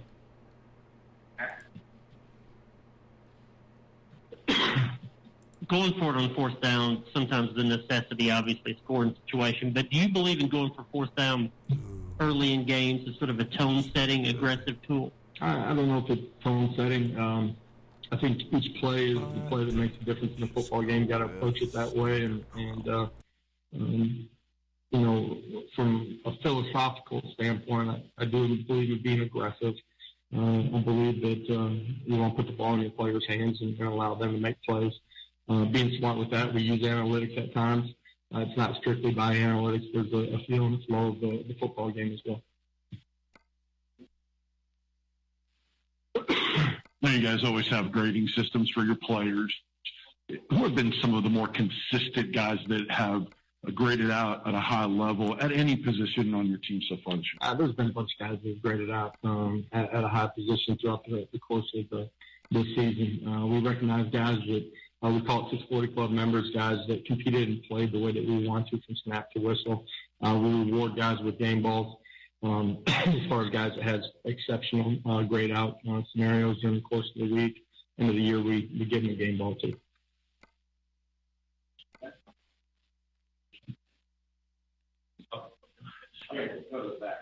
Sorry about that, Coach. You talk about in practice how the quarterbacks and wide receivers are on the same page sometimes. What's the disconnect that happens in game-like situations where they're overthrows or drop passes? Yeah, you're in a live situation, right? It's a competitive environment. It could be pressure inside that forces you to maybe not be as accurate. End of the day, you got to be able to throw, catch, and manage all those situations. All right, let's do the interior. Josh, how would you evaluate the play of those safeties, those older guys back there, and are those young guys getting closer to getting themselves in the mix and helping? Yeah, you saw Christian in there early in the football game. Those guys are continuing to develop, and they're growing on special teams. They're earning more reps on the defensive side of it. I thought early in the football game, defensively, we did a lot of really, really positive things, tackling in space being one of them. As the game wore on, I didn't think that we tackled as well in those situations. Just with the double pass, Pittsburgh was able to execute it, and then Tennessee Tech tried it a couple times last week. Just what's kind of the disconnect there, I guess? Depends what coverage you're in, right? But an aggressive defense that's going to fly to the football, it's a way for offense to try to counter it. At the end of the day, our third-level players got to see that recognized and pull off. What have you seen from your tight ends and your running backs, and the run game, the run blocking game, as well as pass protection from Tyon Evans? I noticed he picked up a couple of screamers of it then. I thought our running backs ran their hardest and performed probably the best in the course of the season. The other night, great pad level, did a better job of pressing the line of scrimmage. Still bounced a couple of things that I'd like to hit more vertical, but I thought they ran like the running back should run. Tight ends did a really good job for the most part in our run game. That's insertion plays on linebackers, it's split zones. Thought they managed the night pretty well. Coach, excuse me. So, could you share any of the guys that have gotten game balls that you guys have seen out in 4 days? I don't have the list in front of me. I'll bring that with me on Thursday and give you guys an idea on that.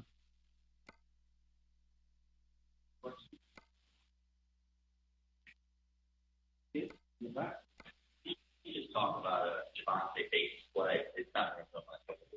Yeah, I said it a week ago. He's continuing to grow and understanding of what we're doing, how we're playing. Has the one play where he's not set during the course of the play that he can operate and function in a better way, cleaner way from whistle to the next snap. But he's created some big plays down the football field. 2 weeks ago with a touchdown, last week wide open. He's continuing to grow and competing at a really high level. All right, looks good. What's athletically, he fits what we're trying to do, and I think as we continue down the season, we'll make more and more plays. Finally being able to hit that deep ball. Yeah, that's one positive from the other night, right? Finally, we got somebody behind somebody and actually connected on it. So that was a positive, huge play in the early part of the football game. Yeah, let's hire as a driver. Just to follow up on going for it on fourth down, the other night you had a third and long. You got half of it and then went for it on fourth. It was 4th and 2. Are you talking about? No, about the run in the fourth quarter? Or? I think Peyton you had third and long. The Callaway's drop on fourth down. The play before that. Do you ever have a third down play where you say we're going to go for it on fourth down? Let's just get what we can get here. Do you know you're going for it on fourth down when you're calling third? Absolutely. You're a play ahead. Right, and really more than that, based on some of the analytics, you have an idea where your go would be. That doesn't say that you're definitely going to go in that situation, but then you also are able to sequence your plays based on that. That absolutely has happened, the other night and previously.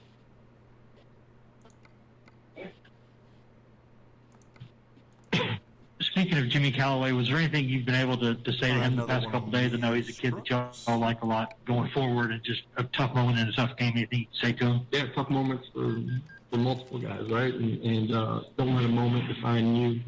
As you move forward, you get to define those moments. And so your practice habits and how you approach everything that you do, ends up showing up. And that's young guys that, did a lot of really positive things. Early in training camp, you guys heard me talk about him, missed some time, has come back and has missed some practices. And at the end of the day, when you're on the field, you got to play a little bit cleaner. Did some really positive things the other night, too. The things that weren't so positive, everybody can see. But continue to come back and be a great competitor and have great practice habits. That'll lead to a successful moment when that moment arises.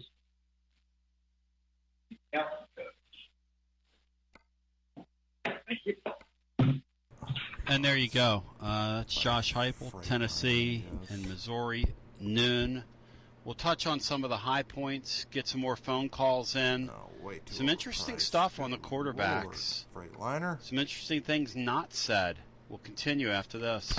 It's football time all over East Tennessee, and you don't want to cook. So for your next tailgate or football party, let Calhoun's handle the heavy lifting. Visit any of Calhoun's 9 East Tennessee locations on your way to the game and pick up a Calhoun's Feed 5 or Feed 10 Family Pack. You already know nothing goes better with football than Calhoun's world-famous barbecue. Now you can get the Calhoun's Feed 5 or Feed 10 Family Pack with amazing barbecue ribs. Calhoun's Feed 5 or Feed 10 Family Pack is a touchdown in a box. And now with Calhoun's barbecue or ribs. Add the buns, Smoky Mountain baked beans, and creamy coleslaw, and you're winning. Calhoun's even throws in the plates, napkins, and utensils for an easy-to-carry box. And the best part, it's just under $6 per person for the barbecue. Calhoun's Feed 5 or Feed 10 Family Pack is undefeated, and now with ribs. And brisket available on Wednesdays. Call ahead and order online or from our convenient app, and we'll have it ready and waiting. The Feed 5 and Feed 10 Family Pack from Calhoun's, one of the Copper Cellar family of restaurants. Calhoun's. Eat local. Eat good. He's got the most. Everyone's workplace is changing, and Office Furniture Outfitters is here to help you roll with the changes. Whether you're moving your office, rearranging, or setting up a new office at home or wherever, OFO has what you need. New and used options in stock, ready to go. Desks, sit-to-stand desks, numerous desk chair options, bookcases, you name it, here and ready for you to pick up or delivered right to you. Check out the in-stock options on their website at ofonox.com or click the link at tonybasilio.com for more. If they don't have what you're looking for, or visit Tony and like Josh Hype. Favorite said, attack, attack, attack. And at Knoxville Real Estate Group, we stay on top of the market, put together a game day strategy, and are always ready to make scrimmage line adjustments for your offensive advantage. For a home team victory, Knoxville Real Estate Group is the winning call in today's super fast real estate market. Online at knoxvillerealestategroup.com. Life never stops moving. In between the 30-minute commutes, daycare pickups, weekly soccer practice, Tuesday night yoga, X number of coffee runs, and that weekend trip to Grandma's, you're racking up the miles. What you need is a tire that can keep up. A tire designed for doers. A tire that's going to last. Like the exceptionally long-lasting Michelin Defender tire. With an 80,000-mile warranty and the safety and comfort you expect, you can forget all about the miles ahead and focus on getting to your destination or conquering your to-do list. Fleet Tire, I-275 exit 1B at East Woodland Avenue in Knoxville. That's Fleet Tire, I-275 exit 1B at East Woodland Avenue in Knoxville. Fleet Tire. It's electric! TV here for Advent Electric. It's electric. Advent Electric, among the Southeast premier residential and commercial electrical contractors for over 20 years. You'll recognize our work with places like Neyland Stadium and Thompson Bowling Arena, Knoxville Convention Center, and the Sun Sphere. From wiring a downtown high-rise to installing a new fixed 24-hour 9 cents per square foot exit 1B. First of all, there was rumors. Yep. That Hendon Hooker's in concussion protocol, and he said no, he's not. Now, he could be in concussion protocol, and he said he wasn't, but he just flat out said no, he's not. So that's interesting. On Joe Milton, they continue the line that he's not 100%, but they anticipate him getting healthier as the week goes on. Finally, somebody asked the question, because it needed to be asked, which is this a big week for Harrison Bailey? Absolutely. And to that question, he said, I'm not going to speak to questions that aren't real. Ooh, okay. Close there. He said he expects Milton to continue to progress with his health and didn't even mention Bailey.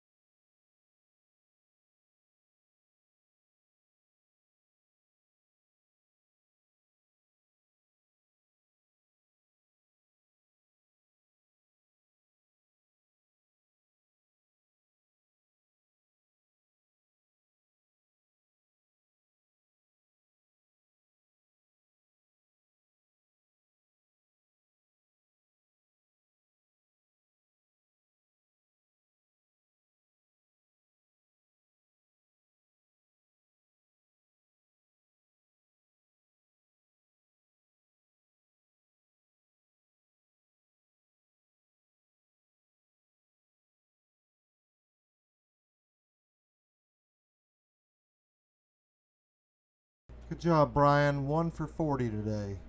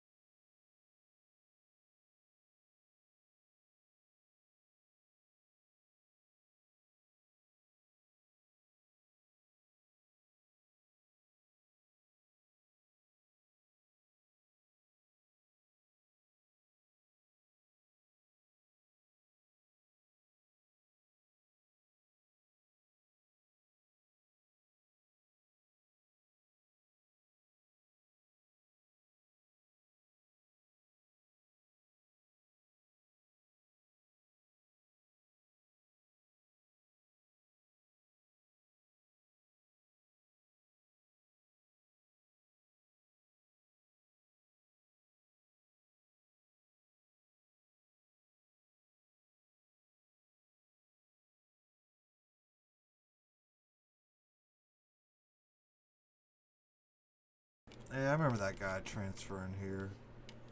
Yeah, he transferred from UCF. Nice.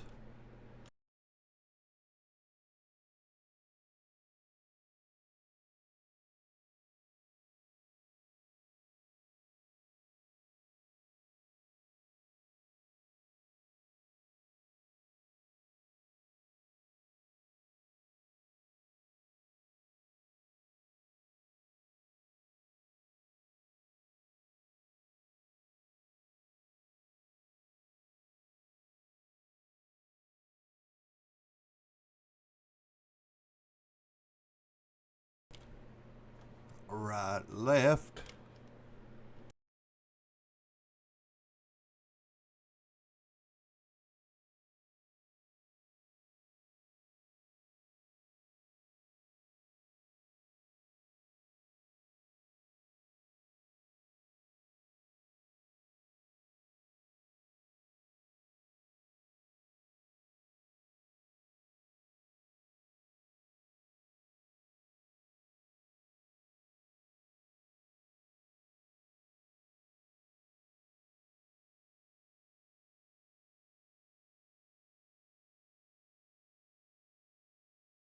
Yep, yep, yep.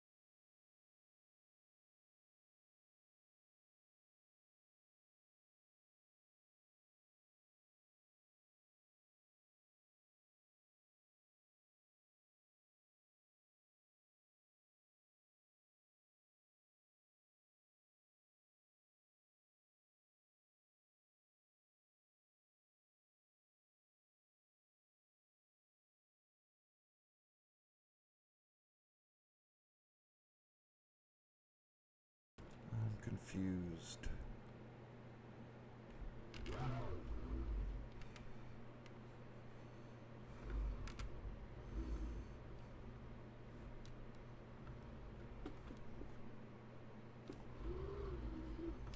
I'm so confused right now.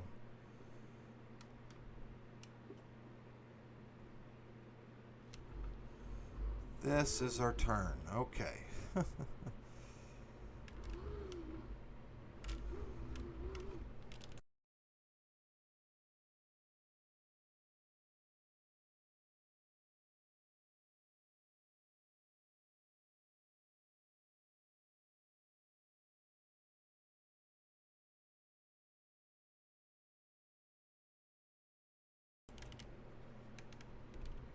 Yeah, but he's also not really hitting a whole lot more. I mean, he had like 10 incompletions.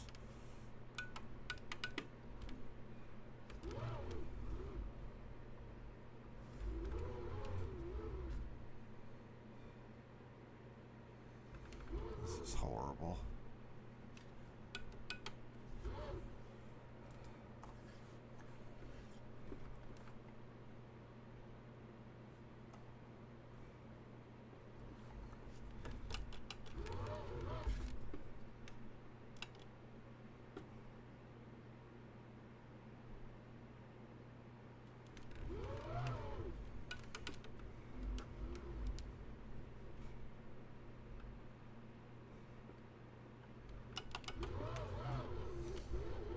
That was because the other corner slipped. Like, we're acting like that was just a well executed play call when the Florida defender like lost his footing.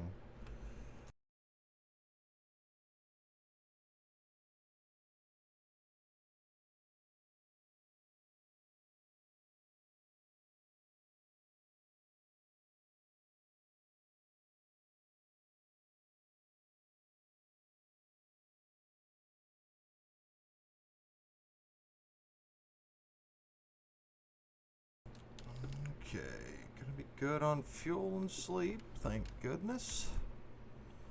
Let's get up here and hopefully we can find something to Sheridan, get 100 miles, and finish this event.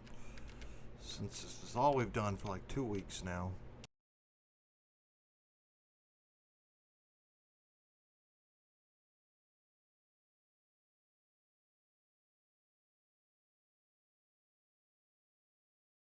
I think the 1 to 11. Yeah.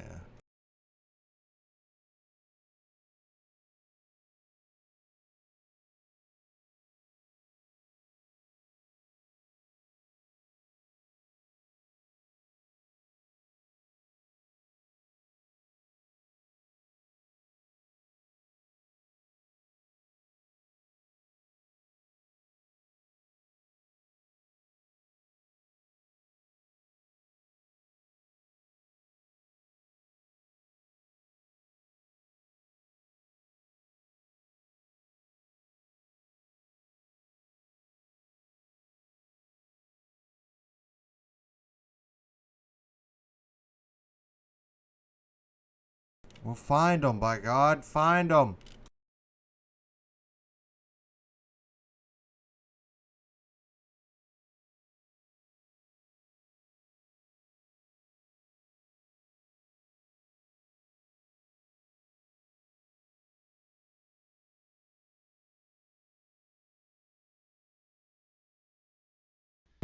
Press.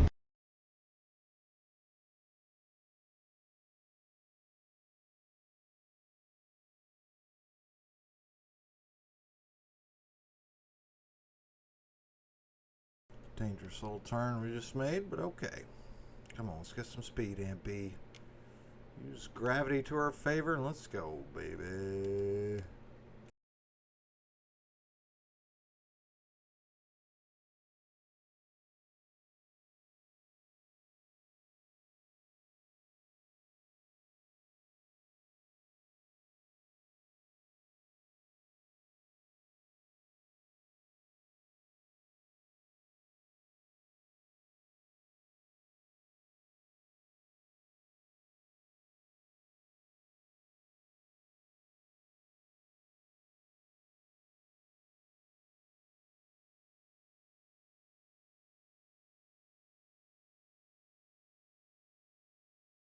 Yep.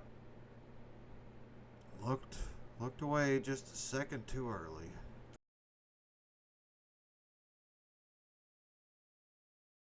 Wasn't running down the field. His eyes were downfield, but yep, damn it, man. Want to have that one back for sure.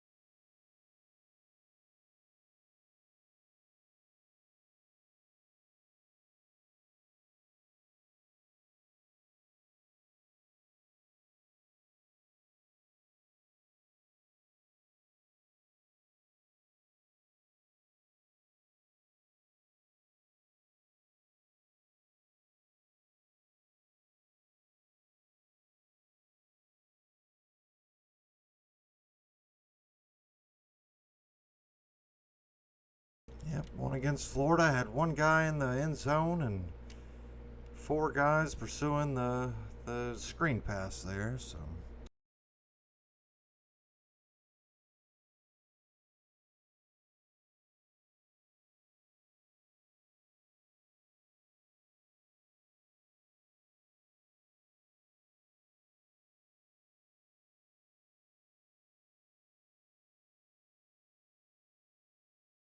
Oh, baby.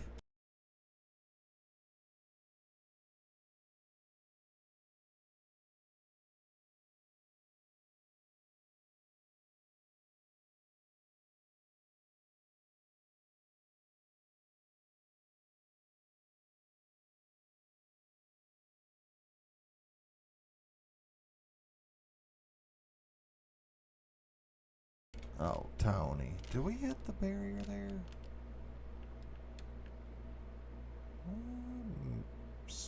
Looks like it, yes. Okay. Forgot to pause it before we rewound and turned that up. Oh my gosh. What the hell?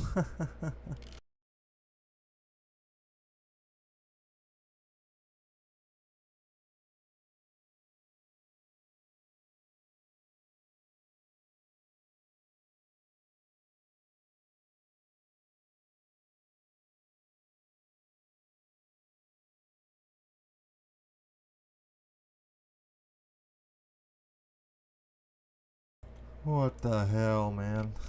Tony, you're a magician.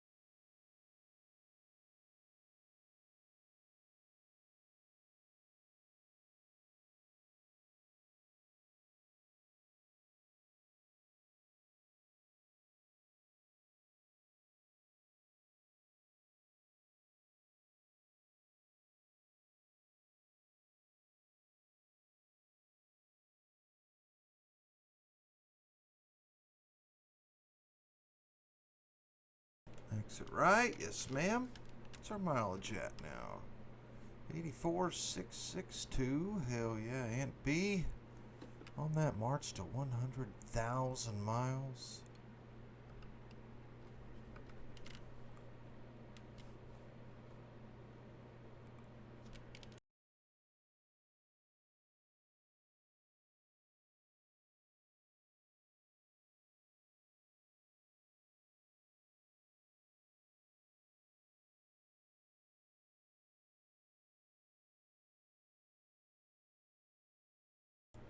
There we go. Come on, Aunt B. You got this, baby.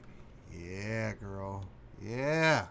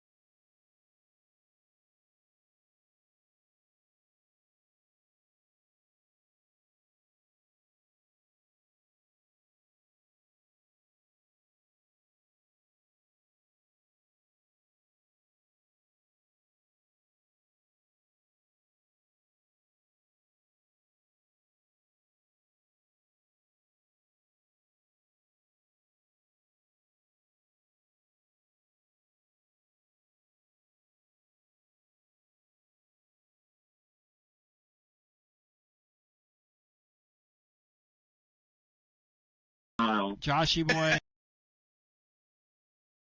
All right. To clean up her dang trash can her cat just knocked over. Wonderful. Don't know what's wrong with her girl tonight. Ugh.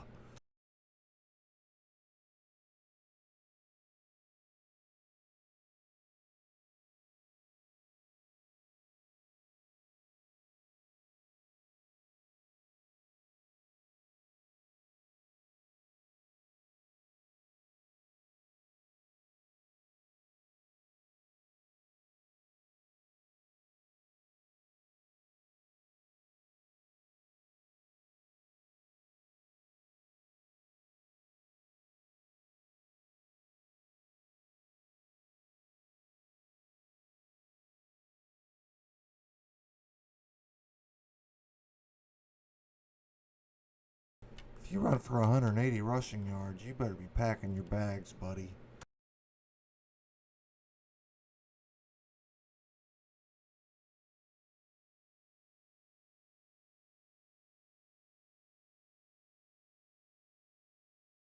And look, yeah. Oh, yeah, definitely. Definitely.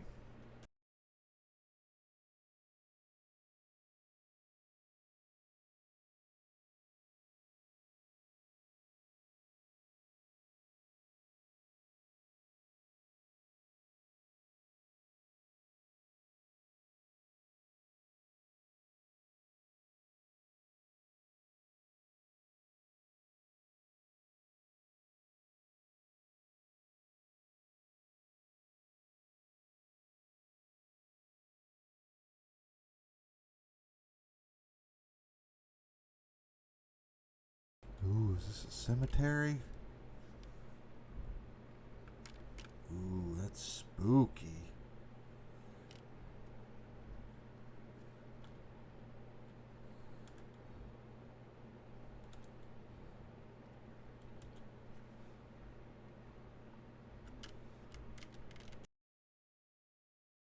I mean, my Rona, me.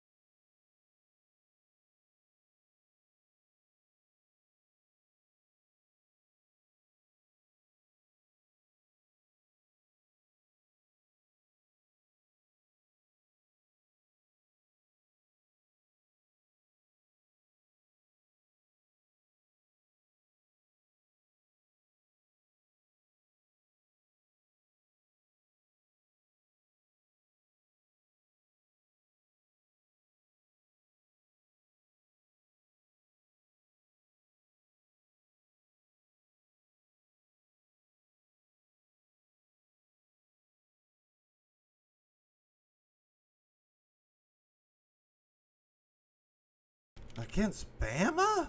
What? 21 and a half? That is. Holy shit. I'm about to sell my whole goddamn everything and put money on that.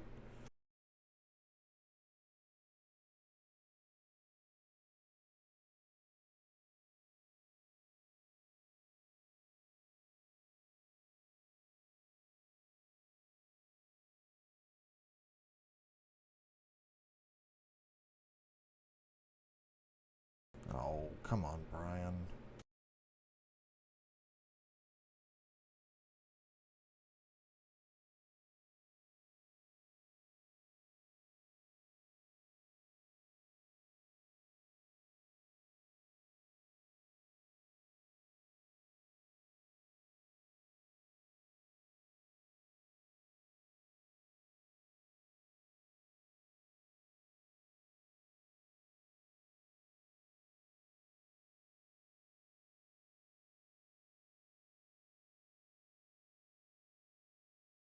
Isn't Ole Miss like top 20, top 15?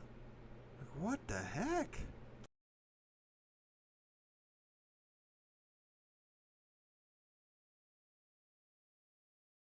Yeah, I was thinking about 12 to 14, but 21?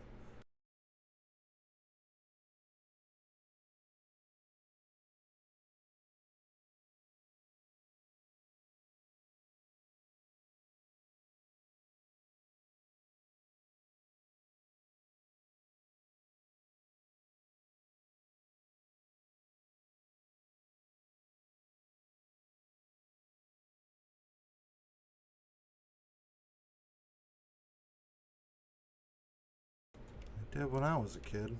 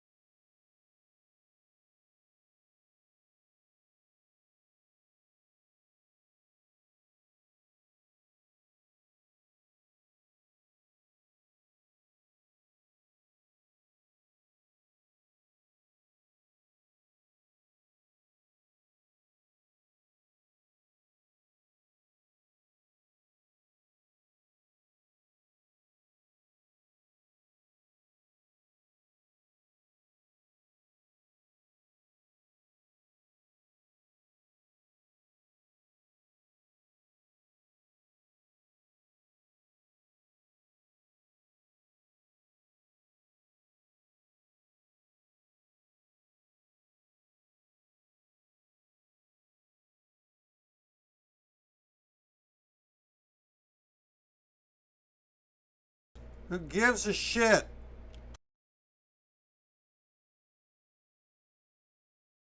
Nobody cares, Tony. Come on now.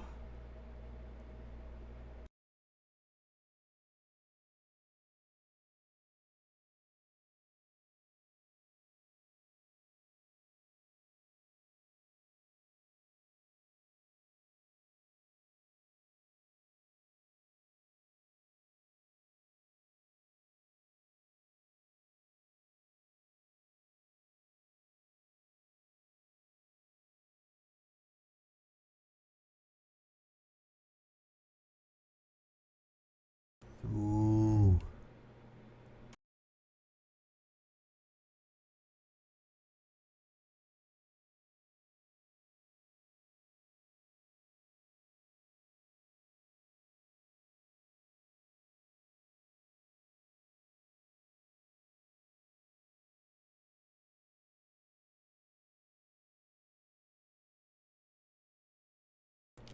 Really?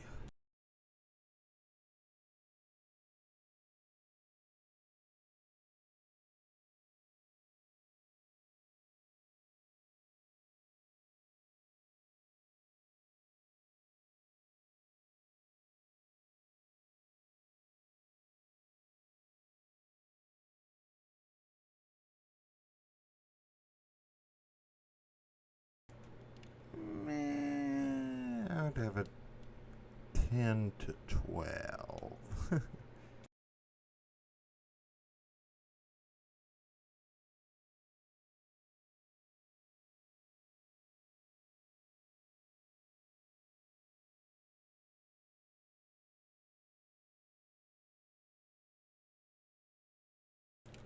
Oh, man.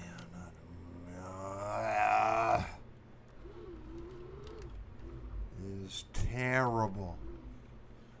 It's terrible.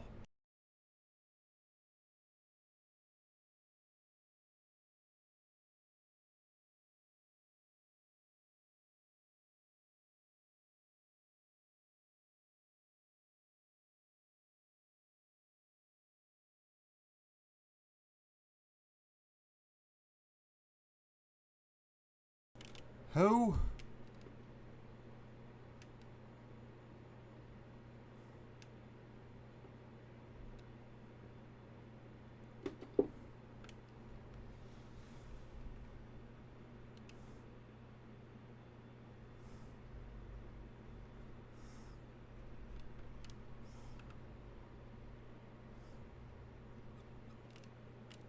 Alright, 143 miles. Come on.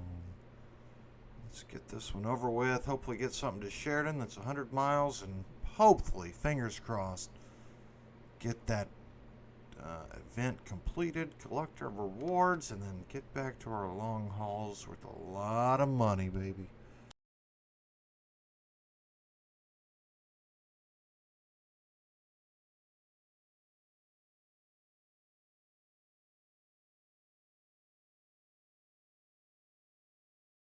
Oh, God.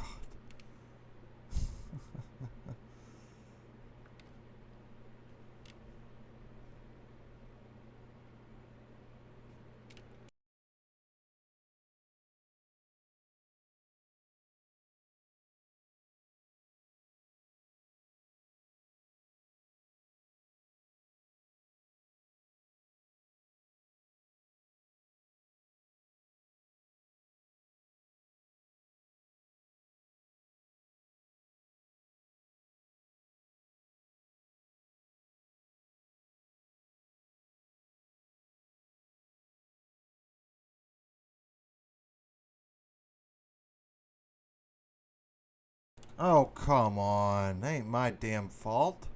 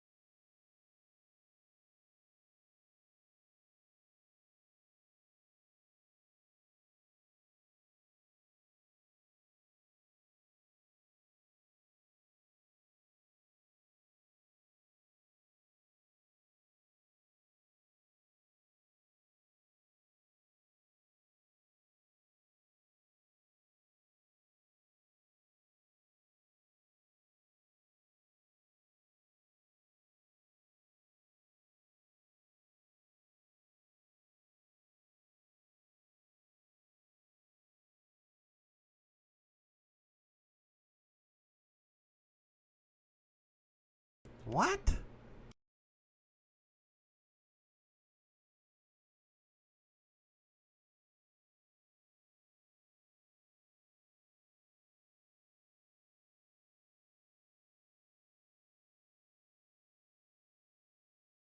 Oh, my God.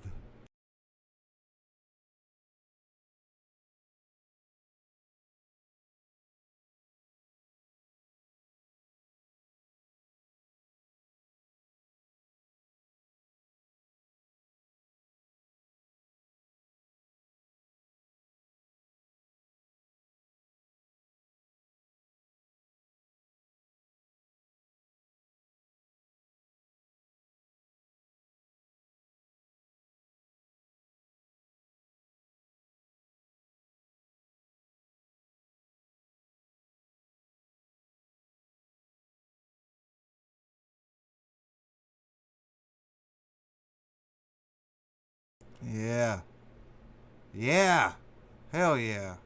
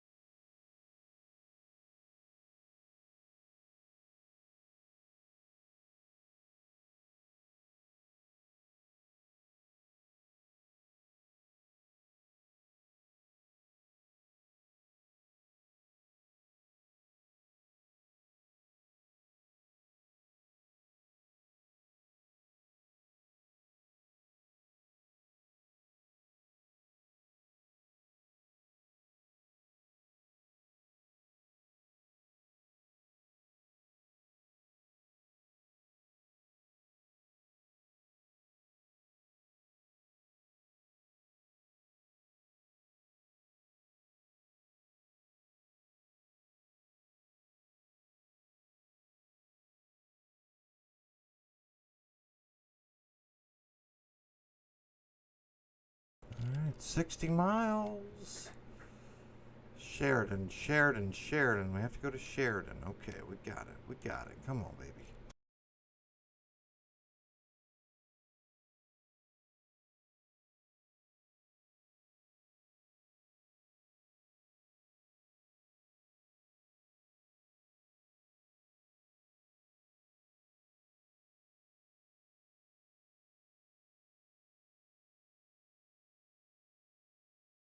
I'm pretty sure he is. Yeah, it was torn bicep surgery, I think.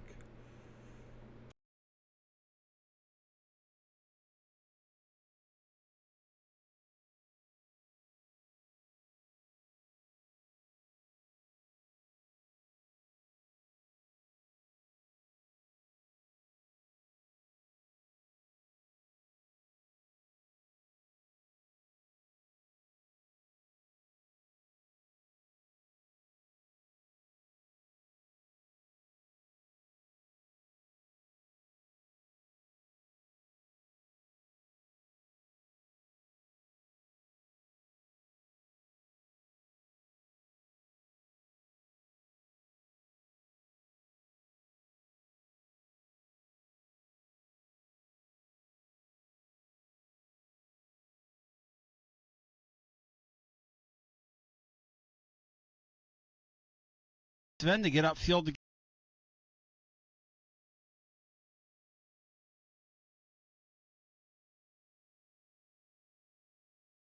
Why not?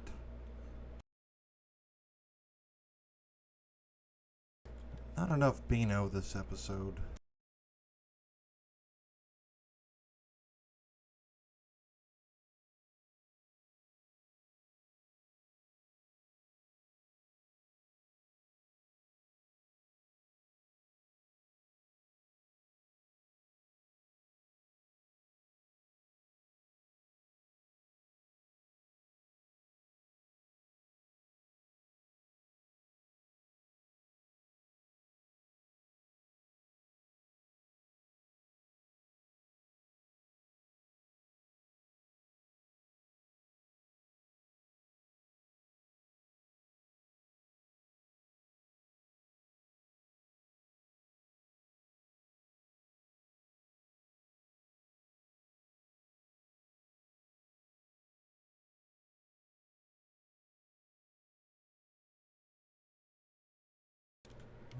We got another 21 miles.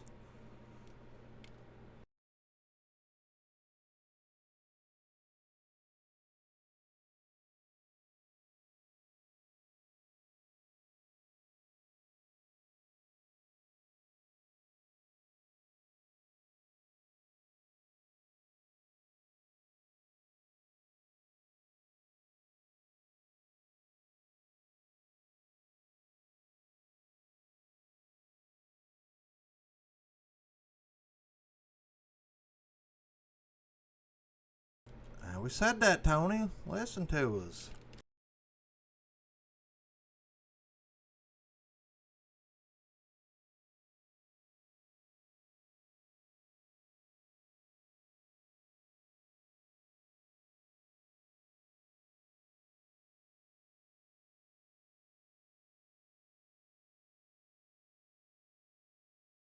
Oh, baby. Oh, baby.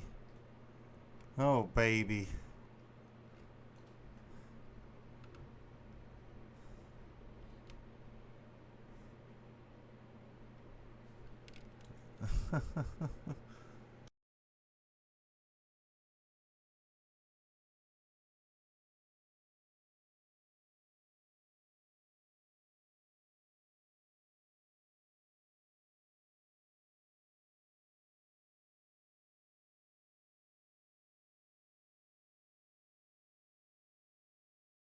Oh, God.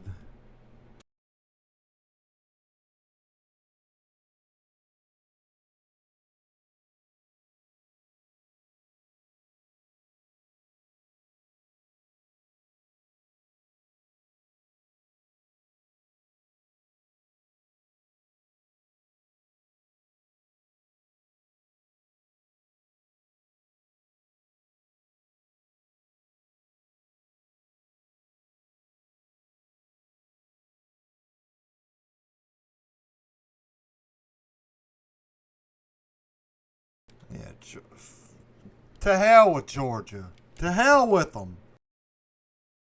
Yeah, dumbasses. Screw Georgia.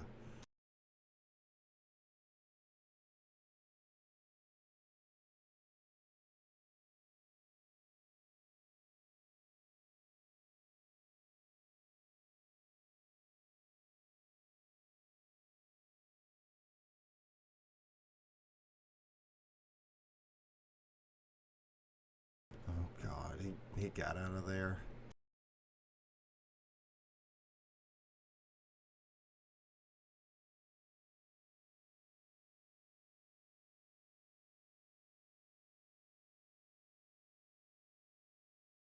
Yeah, whatever.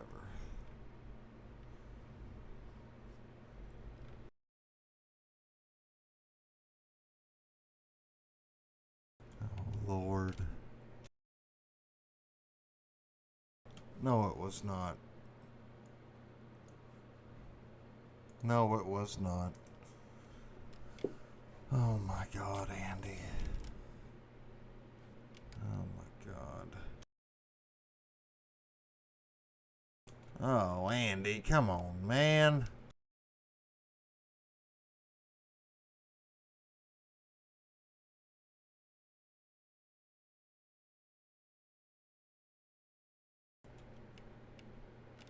Yep, and just hand it off 50 times.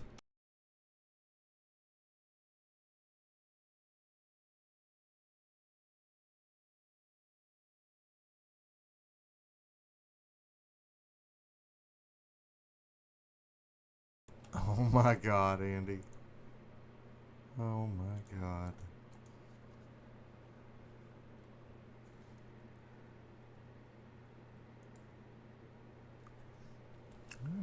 $25,000. Sheridan, yes. Yes. 108 miles. Yes. What cat?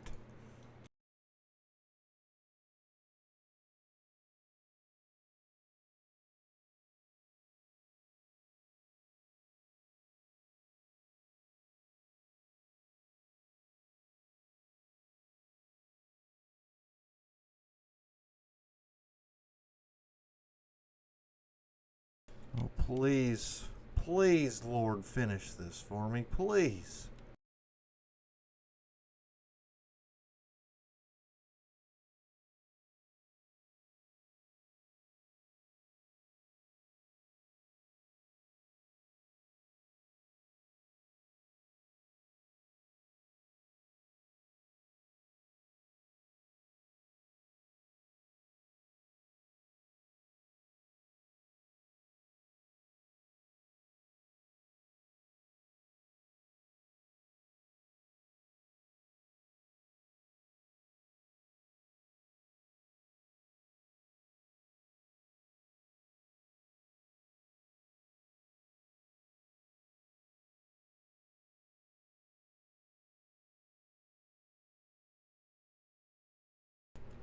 Yeah. Oh, man.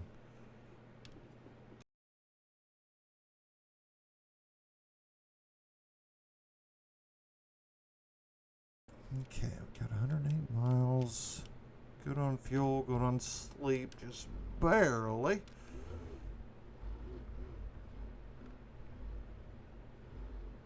I gave up 38, Andy.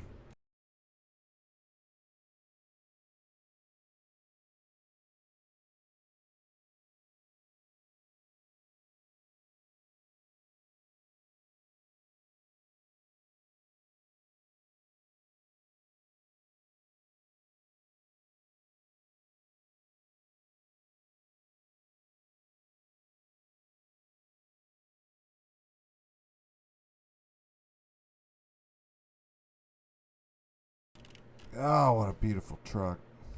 You are so gorgeous, Aunt B. Baby.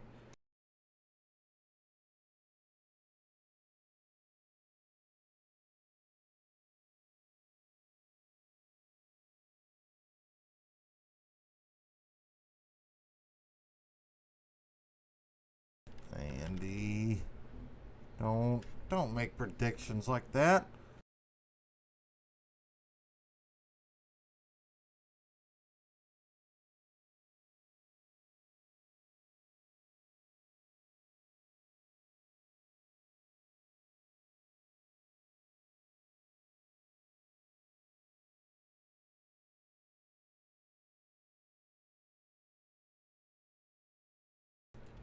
No, like, we don't have the depth to stay competitive in SEC play. If Florida wanted, they could have scored 50 on us.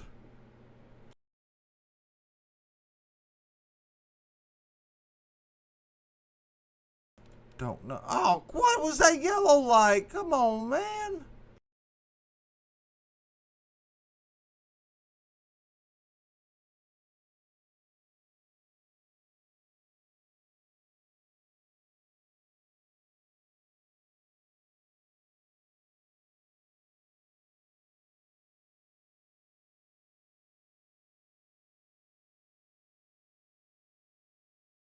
Oh my God, $3,200. Holy crap.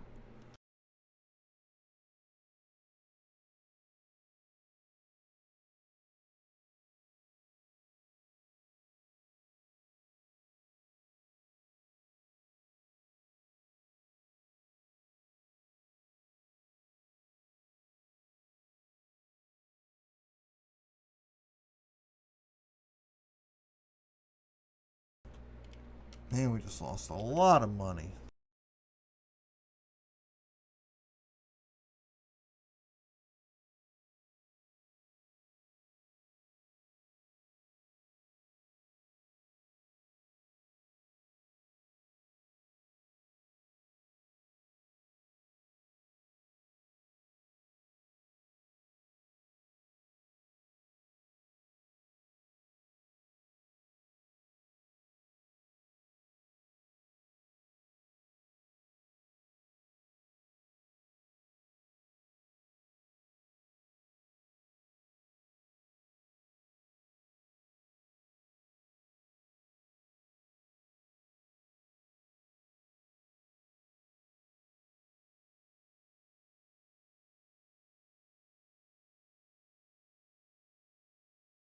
What's a vitamin?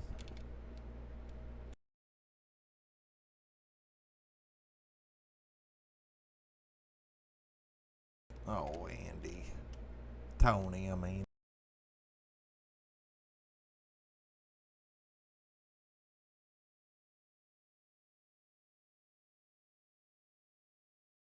Oh, God. Okay, no.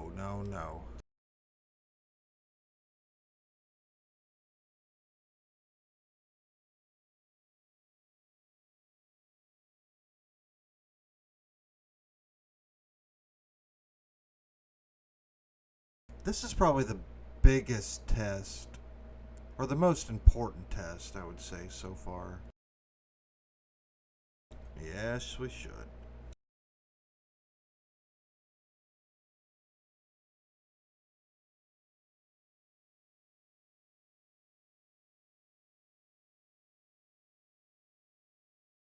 Don't make me stop. Oh, nothing. Okay.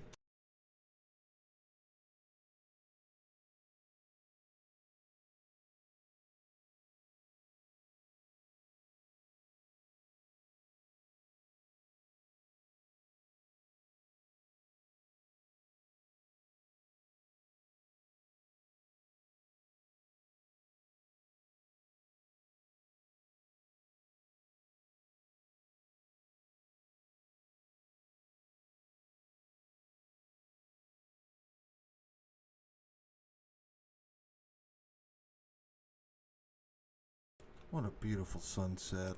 My goodness. Glorious terrain, glorious sky. On what is hopefully our final Wyoming Event voyage. Let's get a nice little, oh yes. Oh yeah, how beautiful, baby.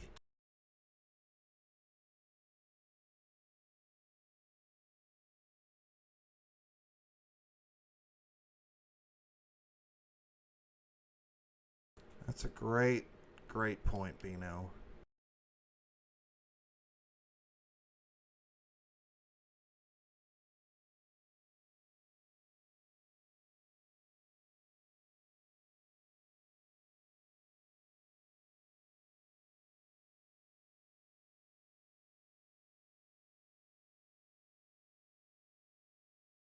$60 miles. Come on, baby. And B's been doing great tonight. No wrecks in a long while. We're up to almost 85,000 miles.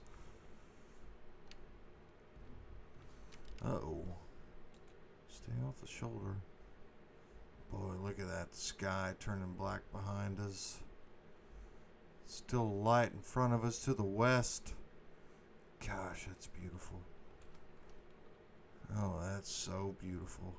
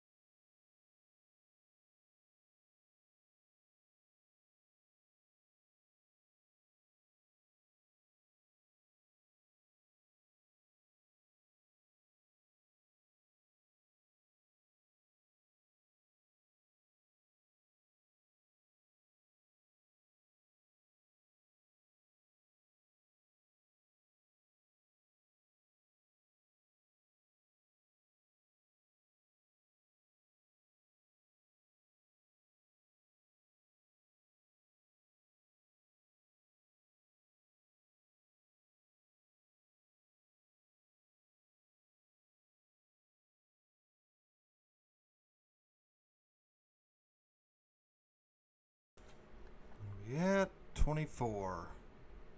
Hell yes. And we've immediately got to find a place to sleep afterwards.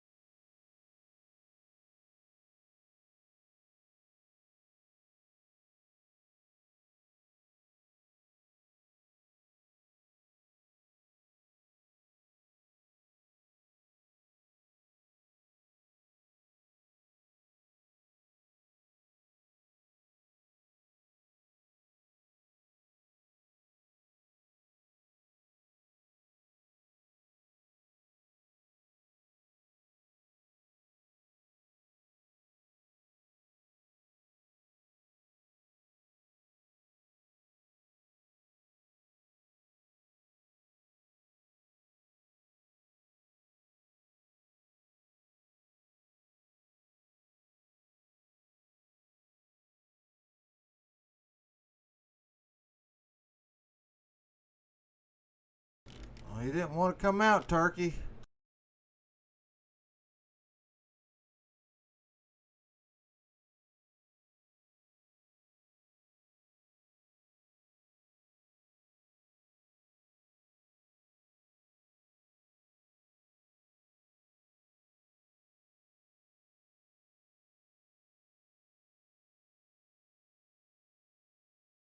Do we do it?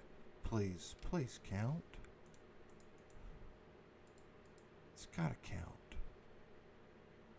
What the frickin' hell, man?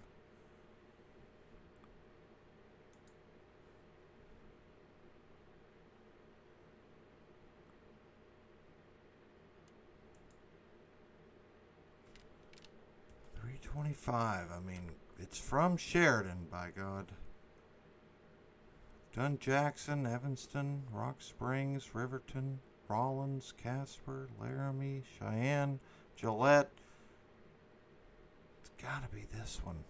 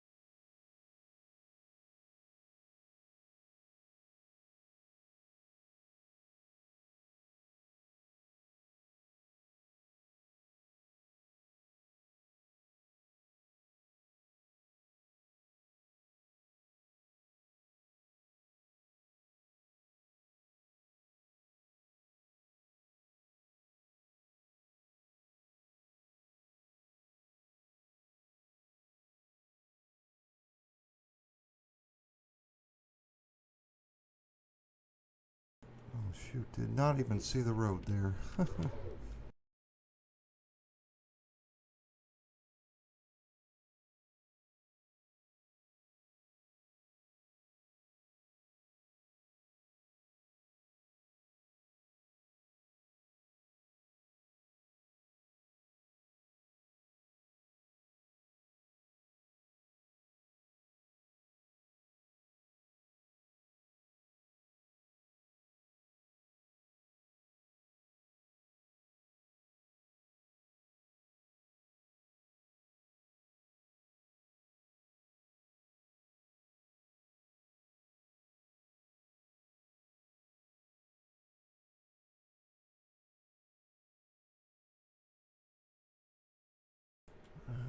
Right. Oh, oops.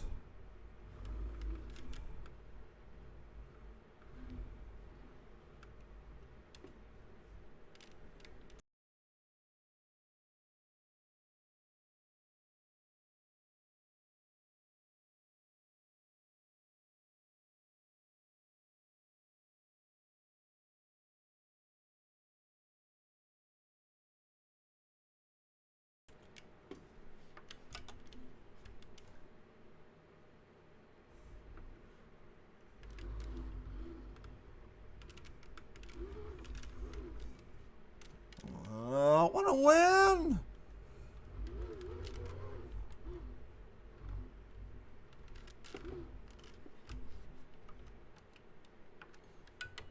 All right, let's go to sleep.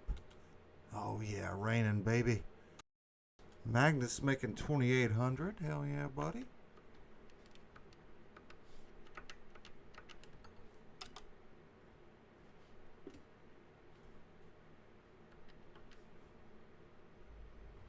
Katie leveled up. How much money we got? 4,076,000.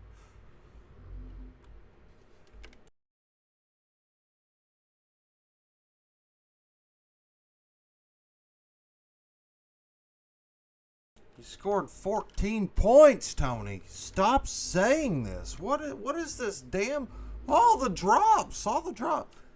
There were like not that many noticeable drops. What are we talking about?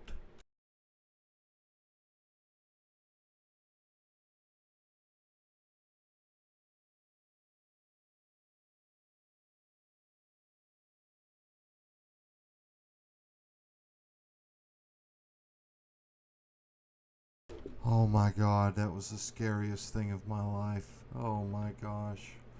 I'm so sorry, livestock. Sorry. We're all good. How are you?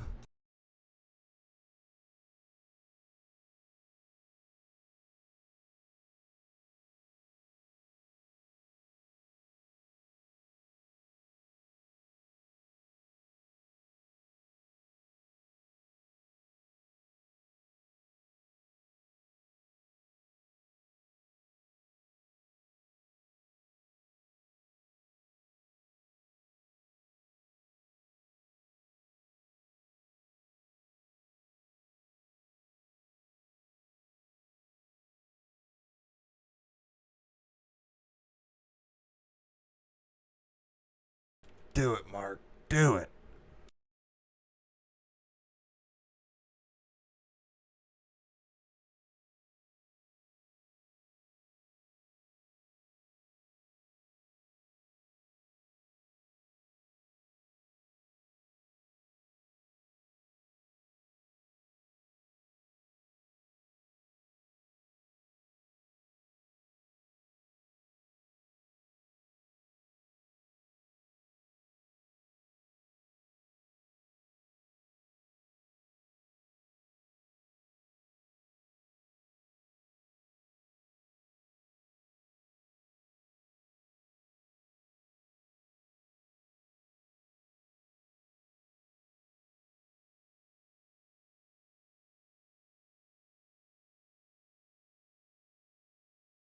Yep. Gosh.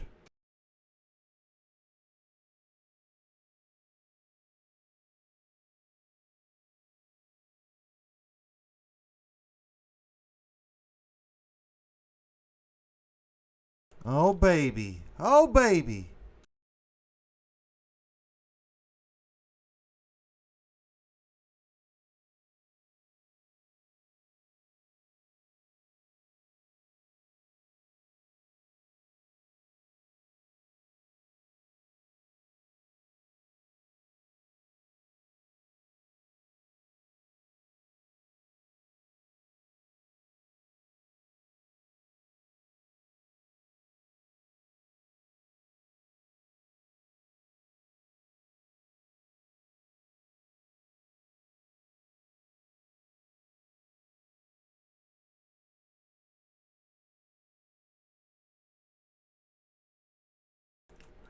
Hell yeah, Roger.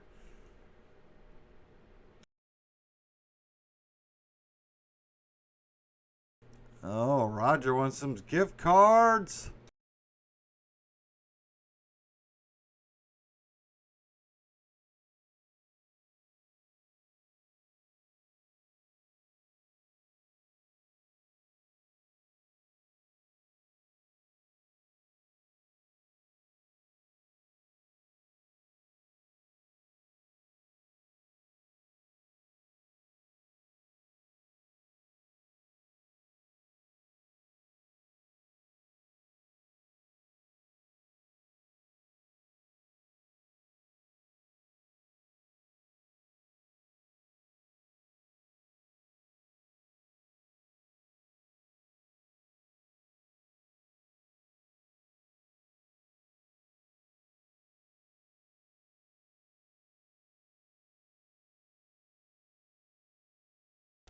$236. I really hope this counts for the end. I don't know what else we need to do. This is like the only one we've not done two from, I'm pretty sure. If our perusing of the log was correct. But I also figured the last one would have counted, so I don't know.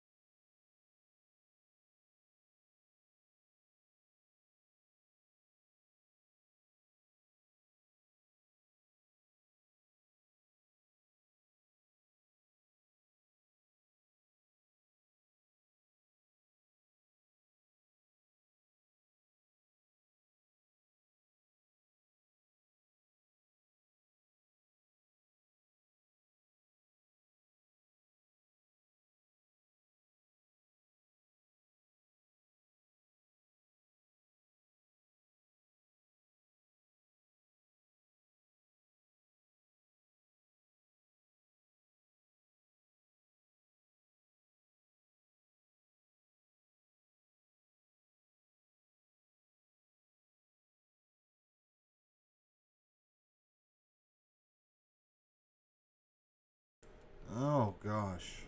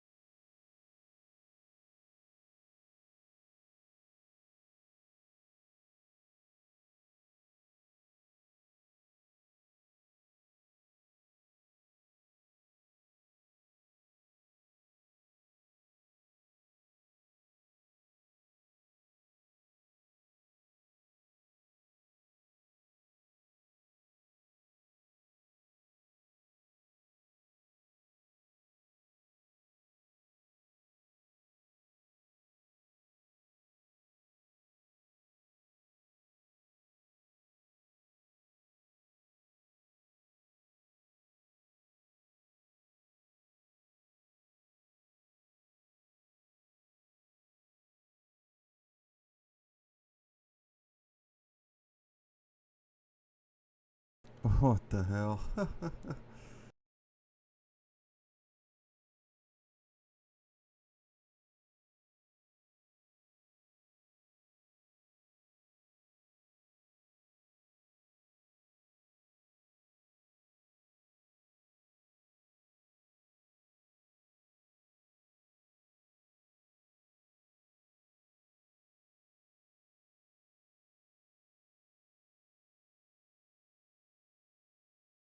Hell yeah, Bino.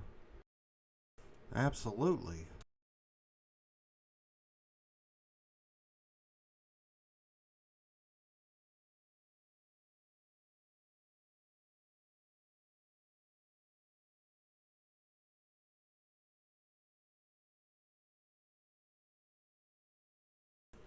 All right, down to 184. 180 coming up here. Boy, this fog is insane. Holy crap.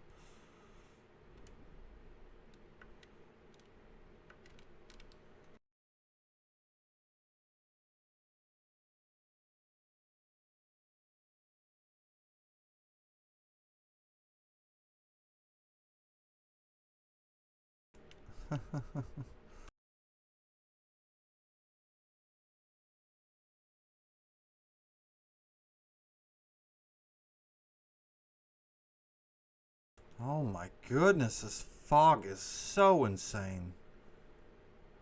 Holy crap.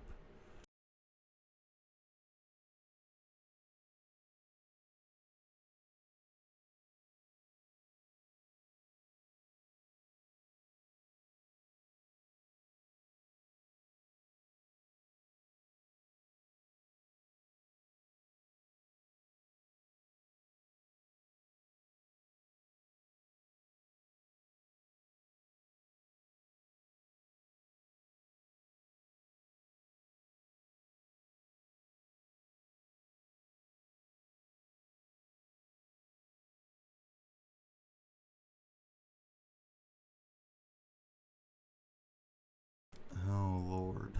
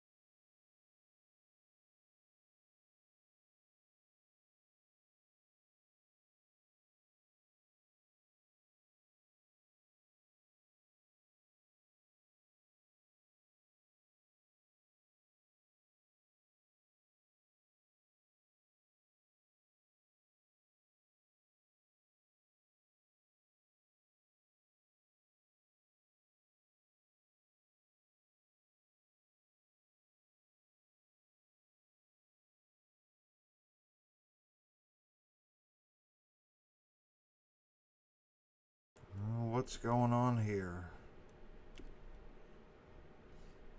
Oh crap.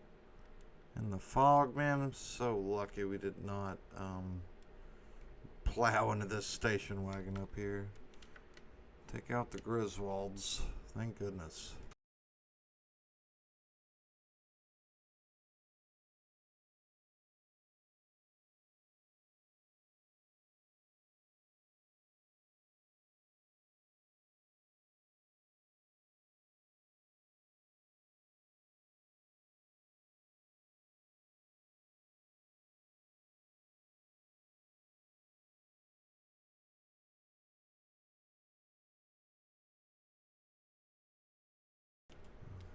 Lord.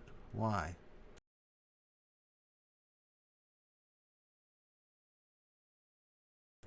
What the hell?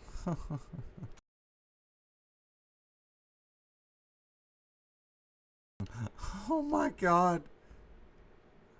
Oh my God.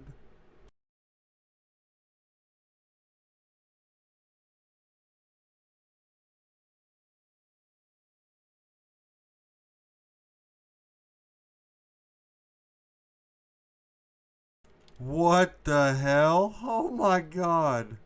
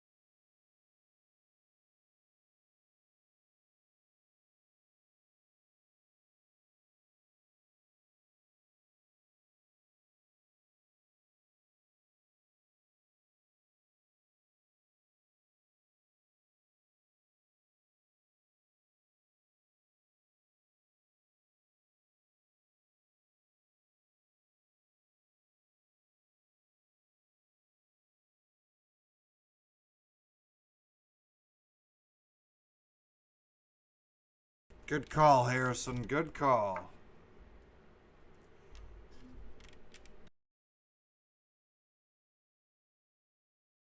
All right, approaching 100 miles to go. Come on, please. Please count. Please count.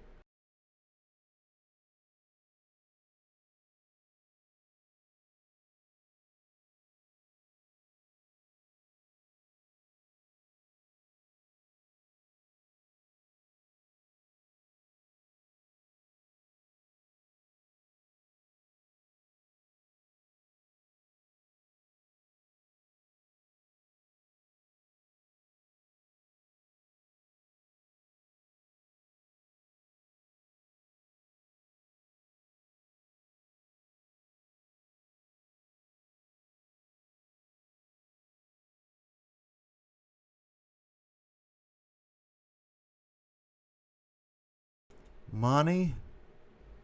He's got money?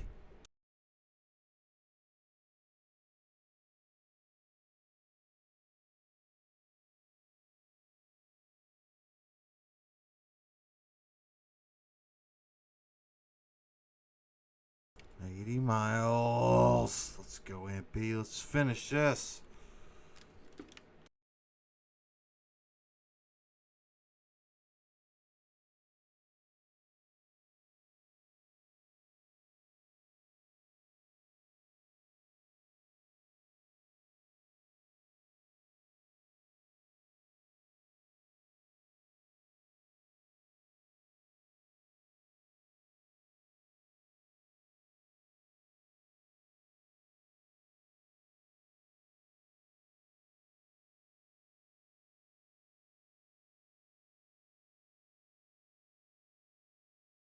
Brian.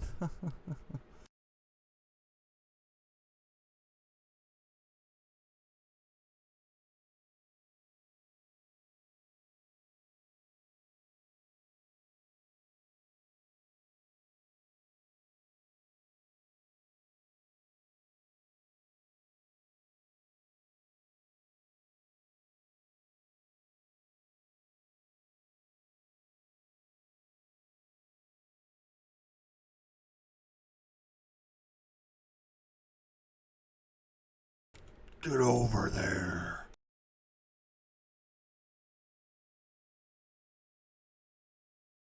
Oh, Bano, don't do that to yourself.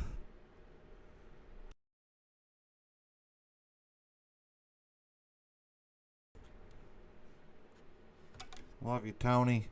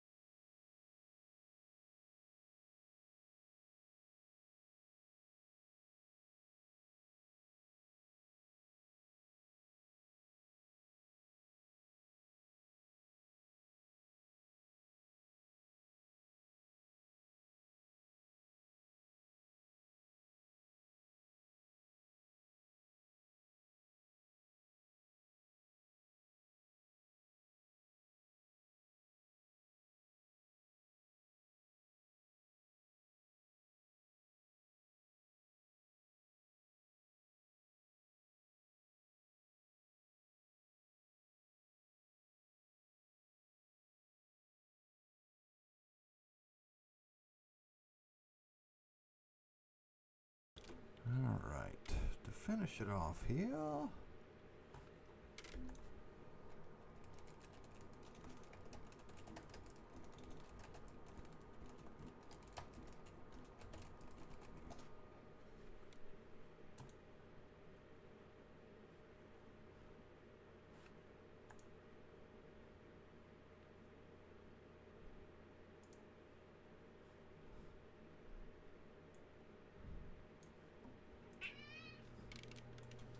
There we go. What cat?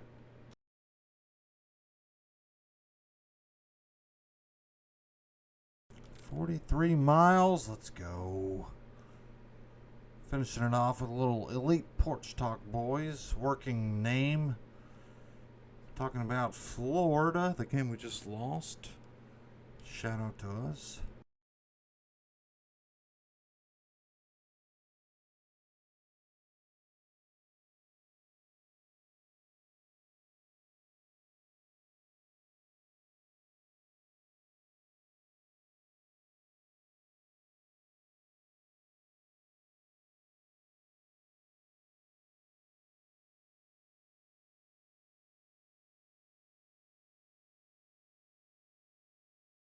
They sure did, Matt.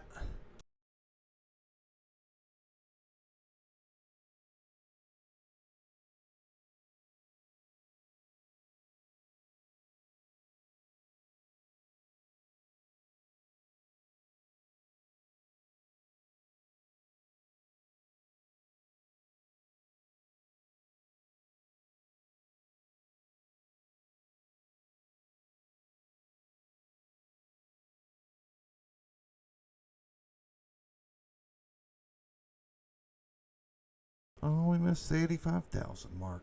Darn it.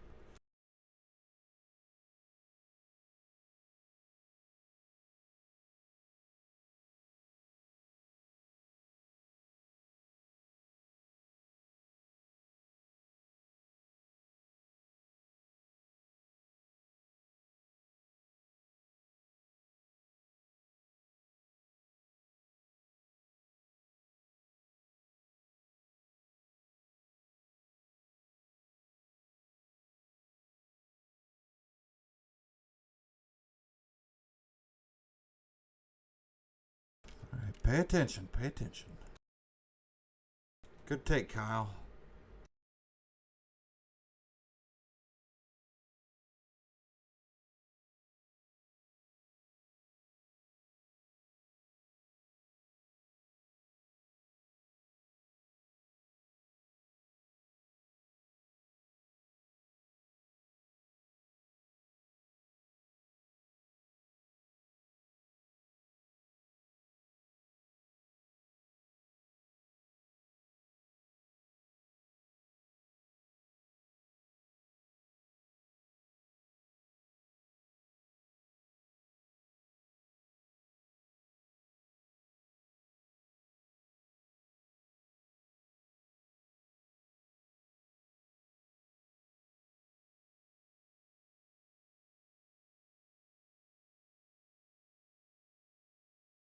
Please, please count.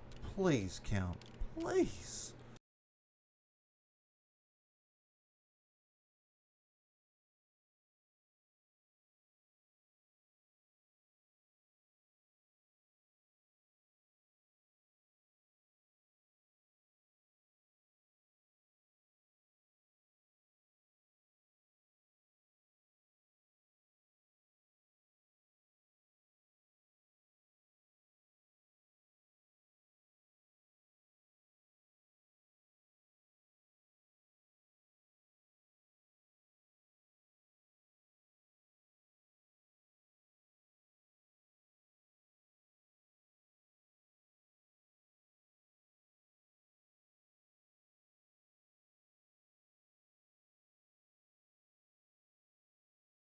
Better have counted. Better have counted. Oh my God.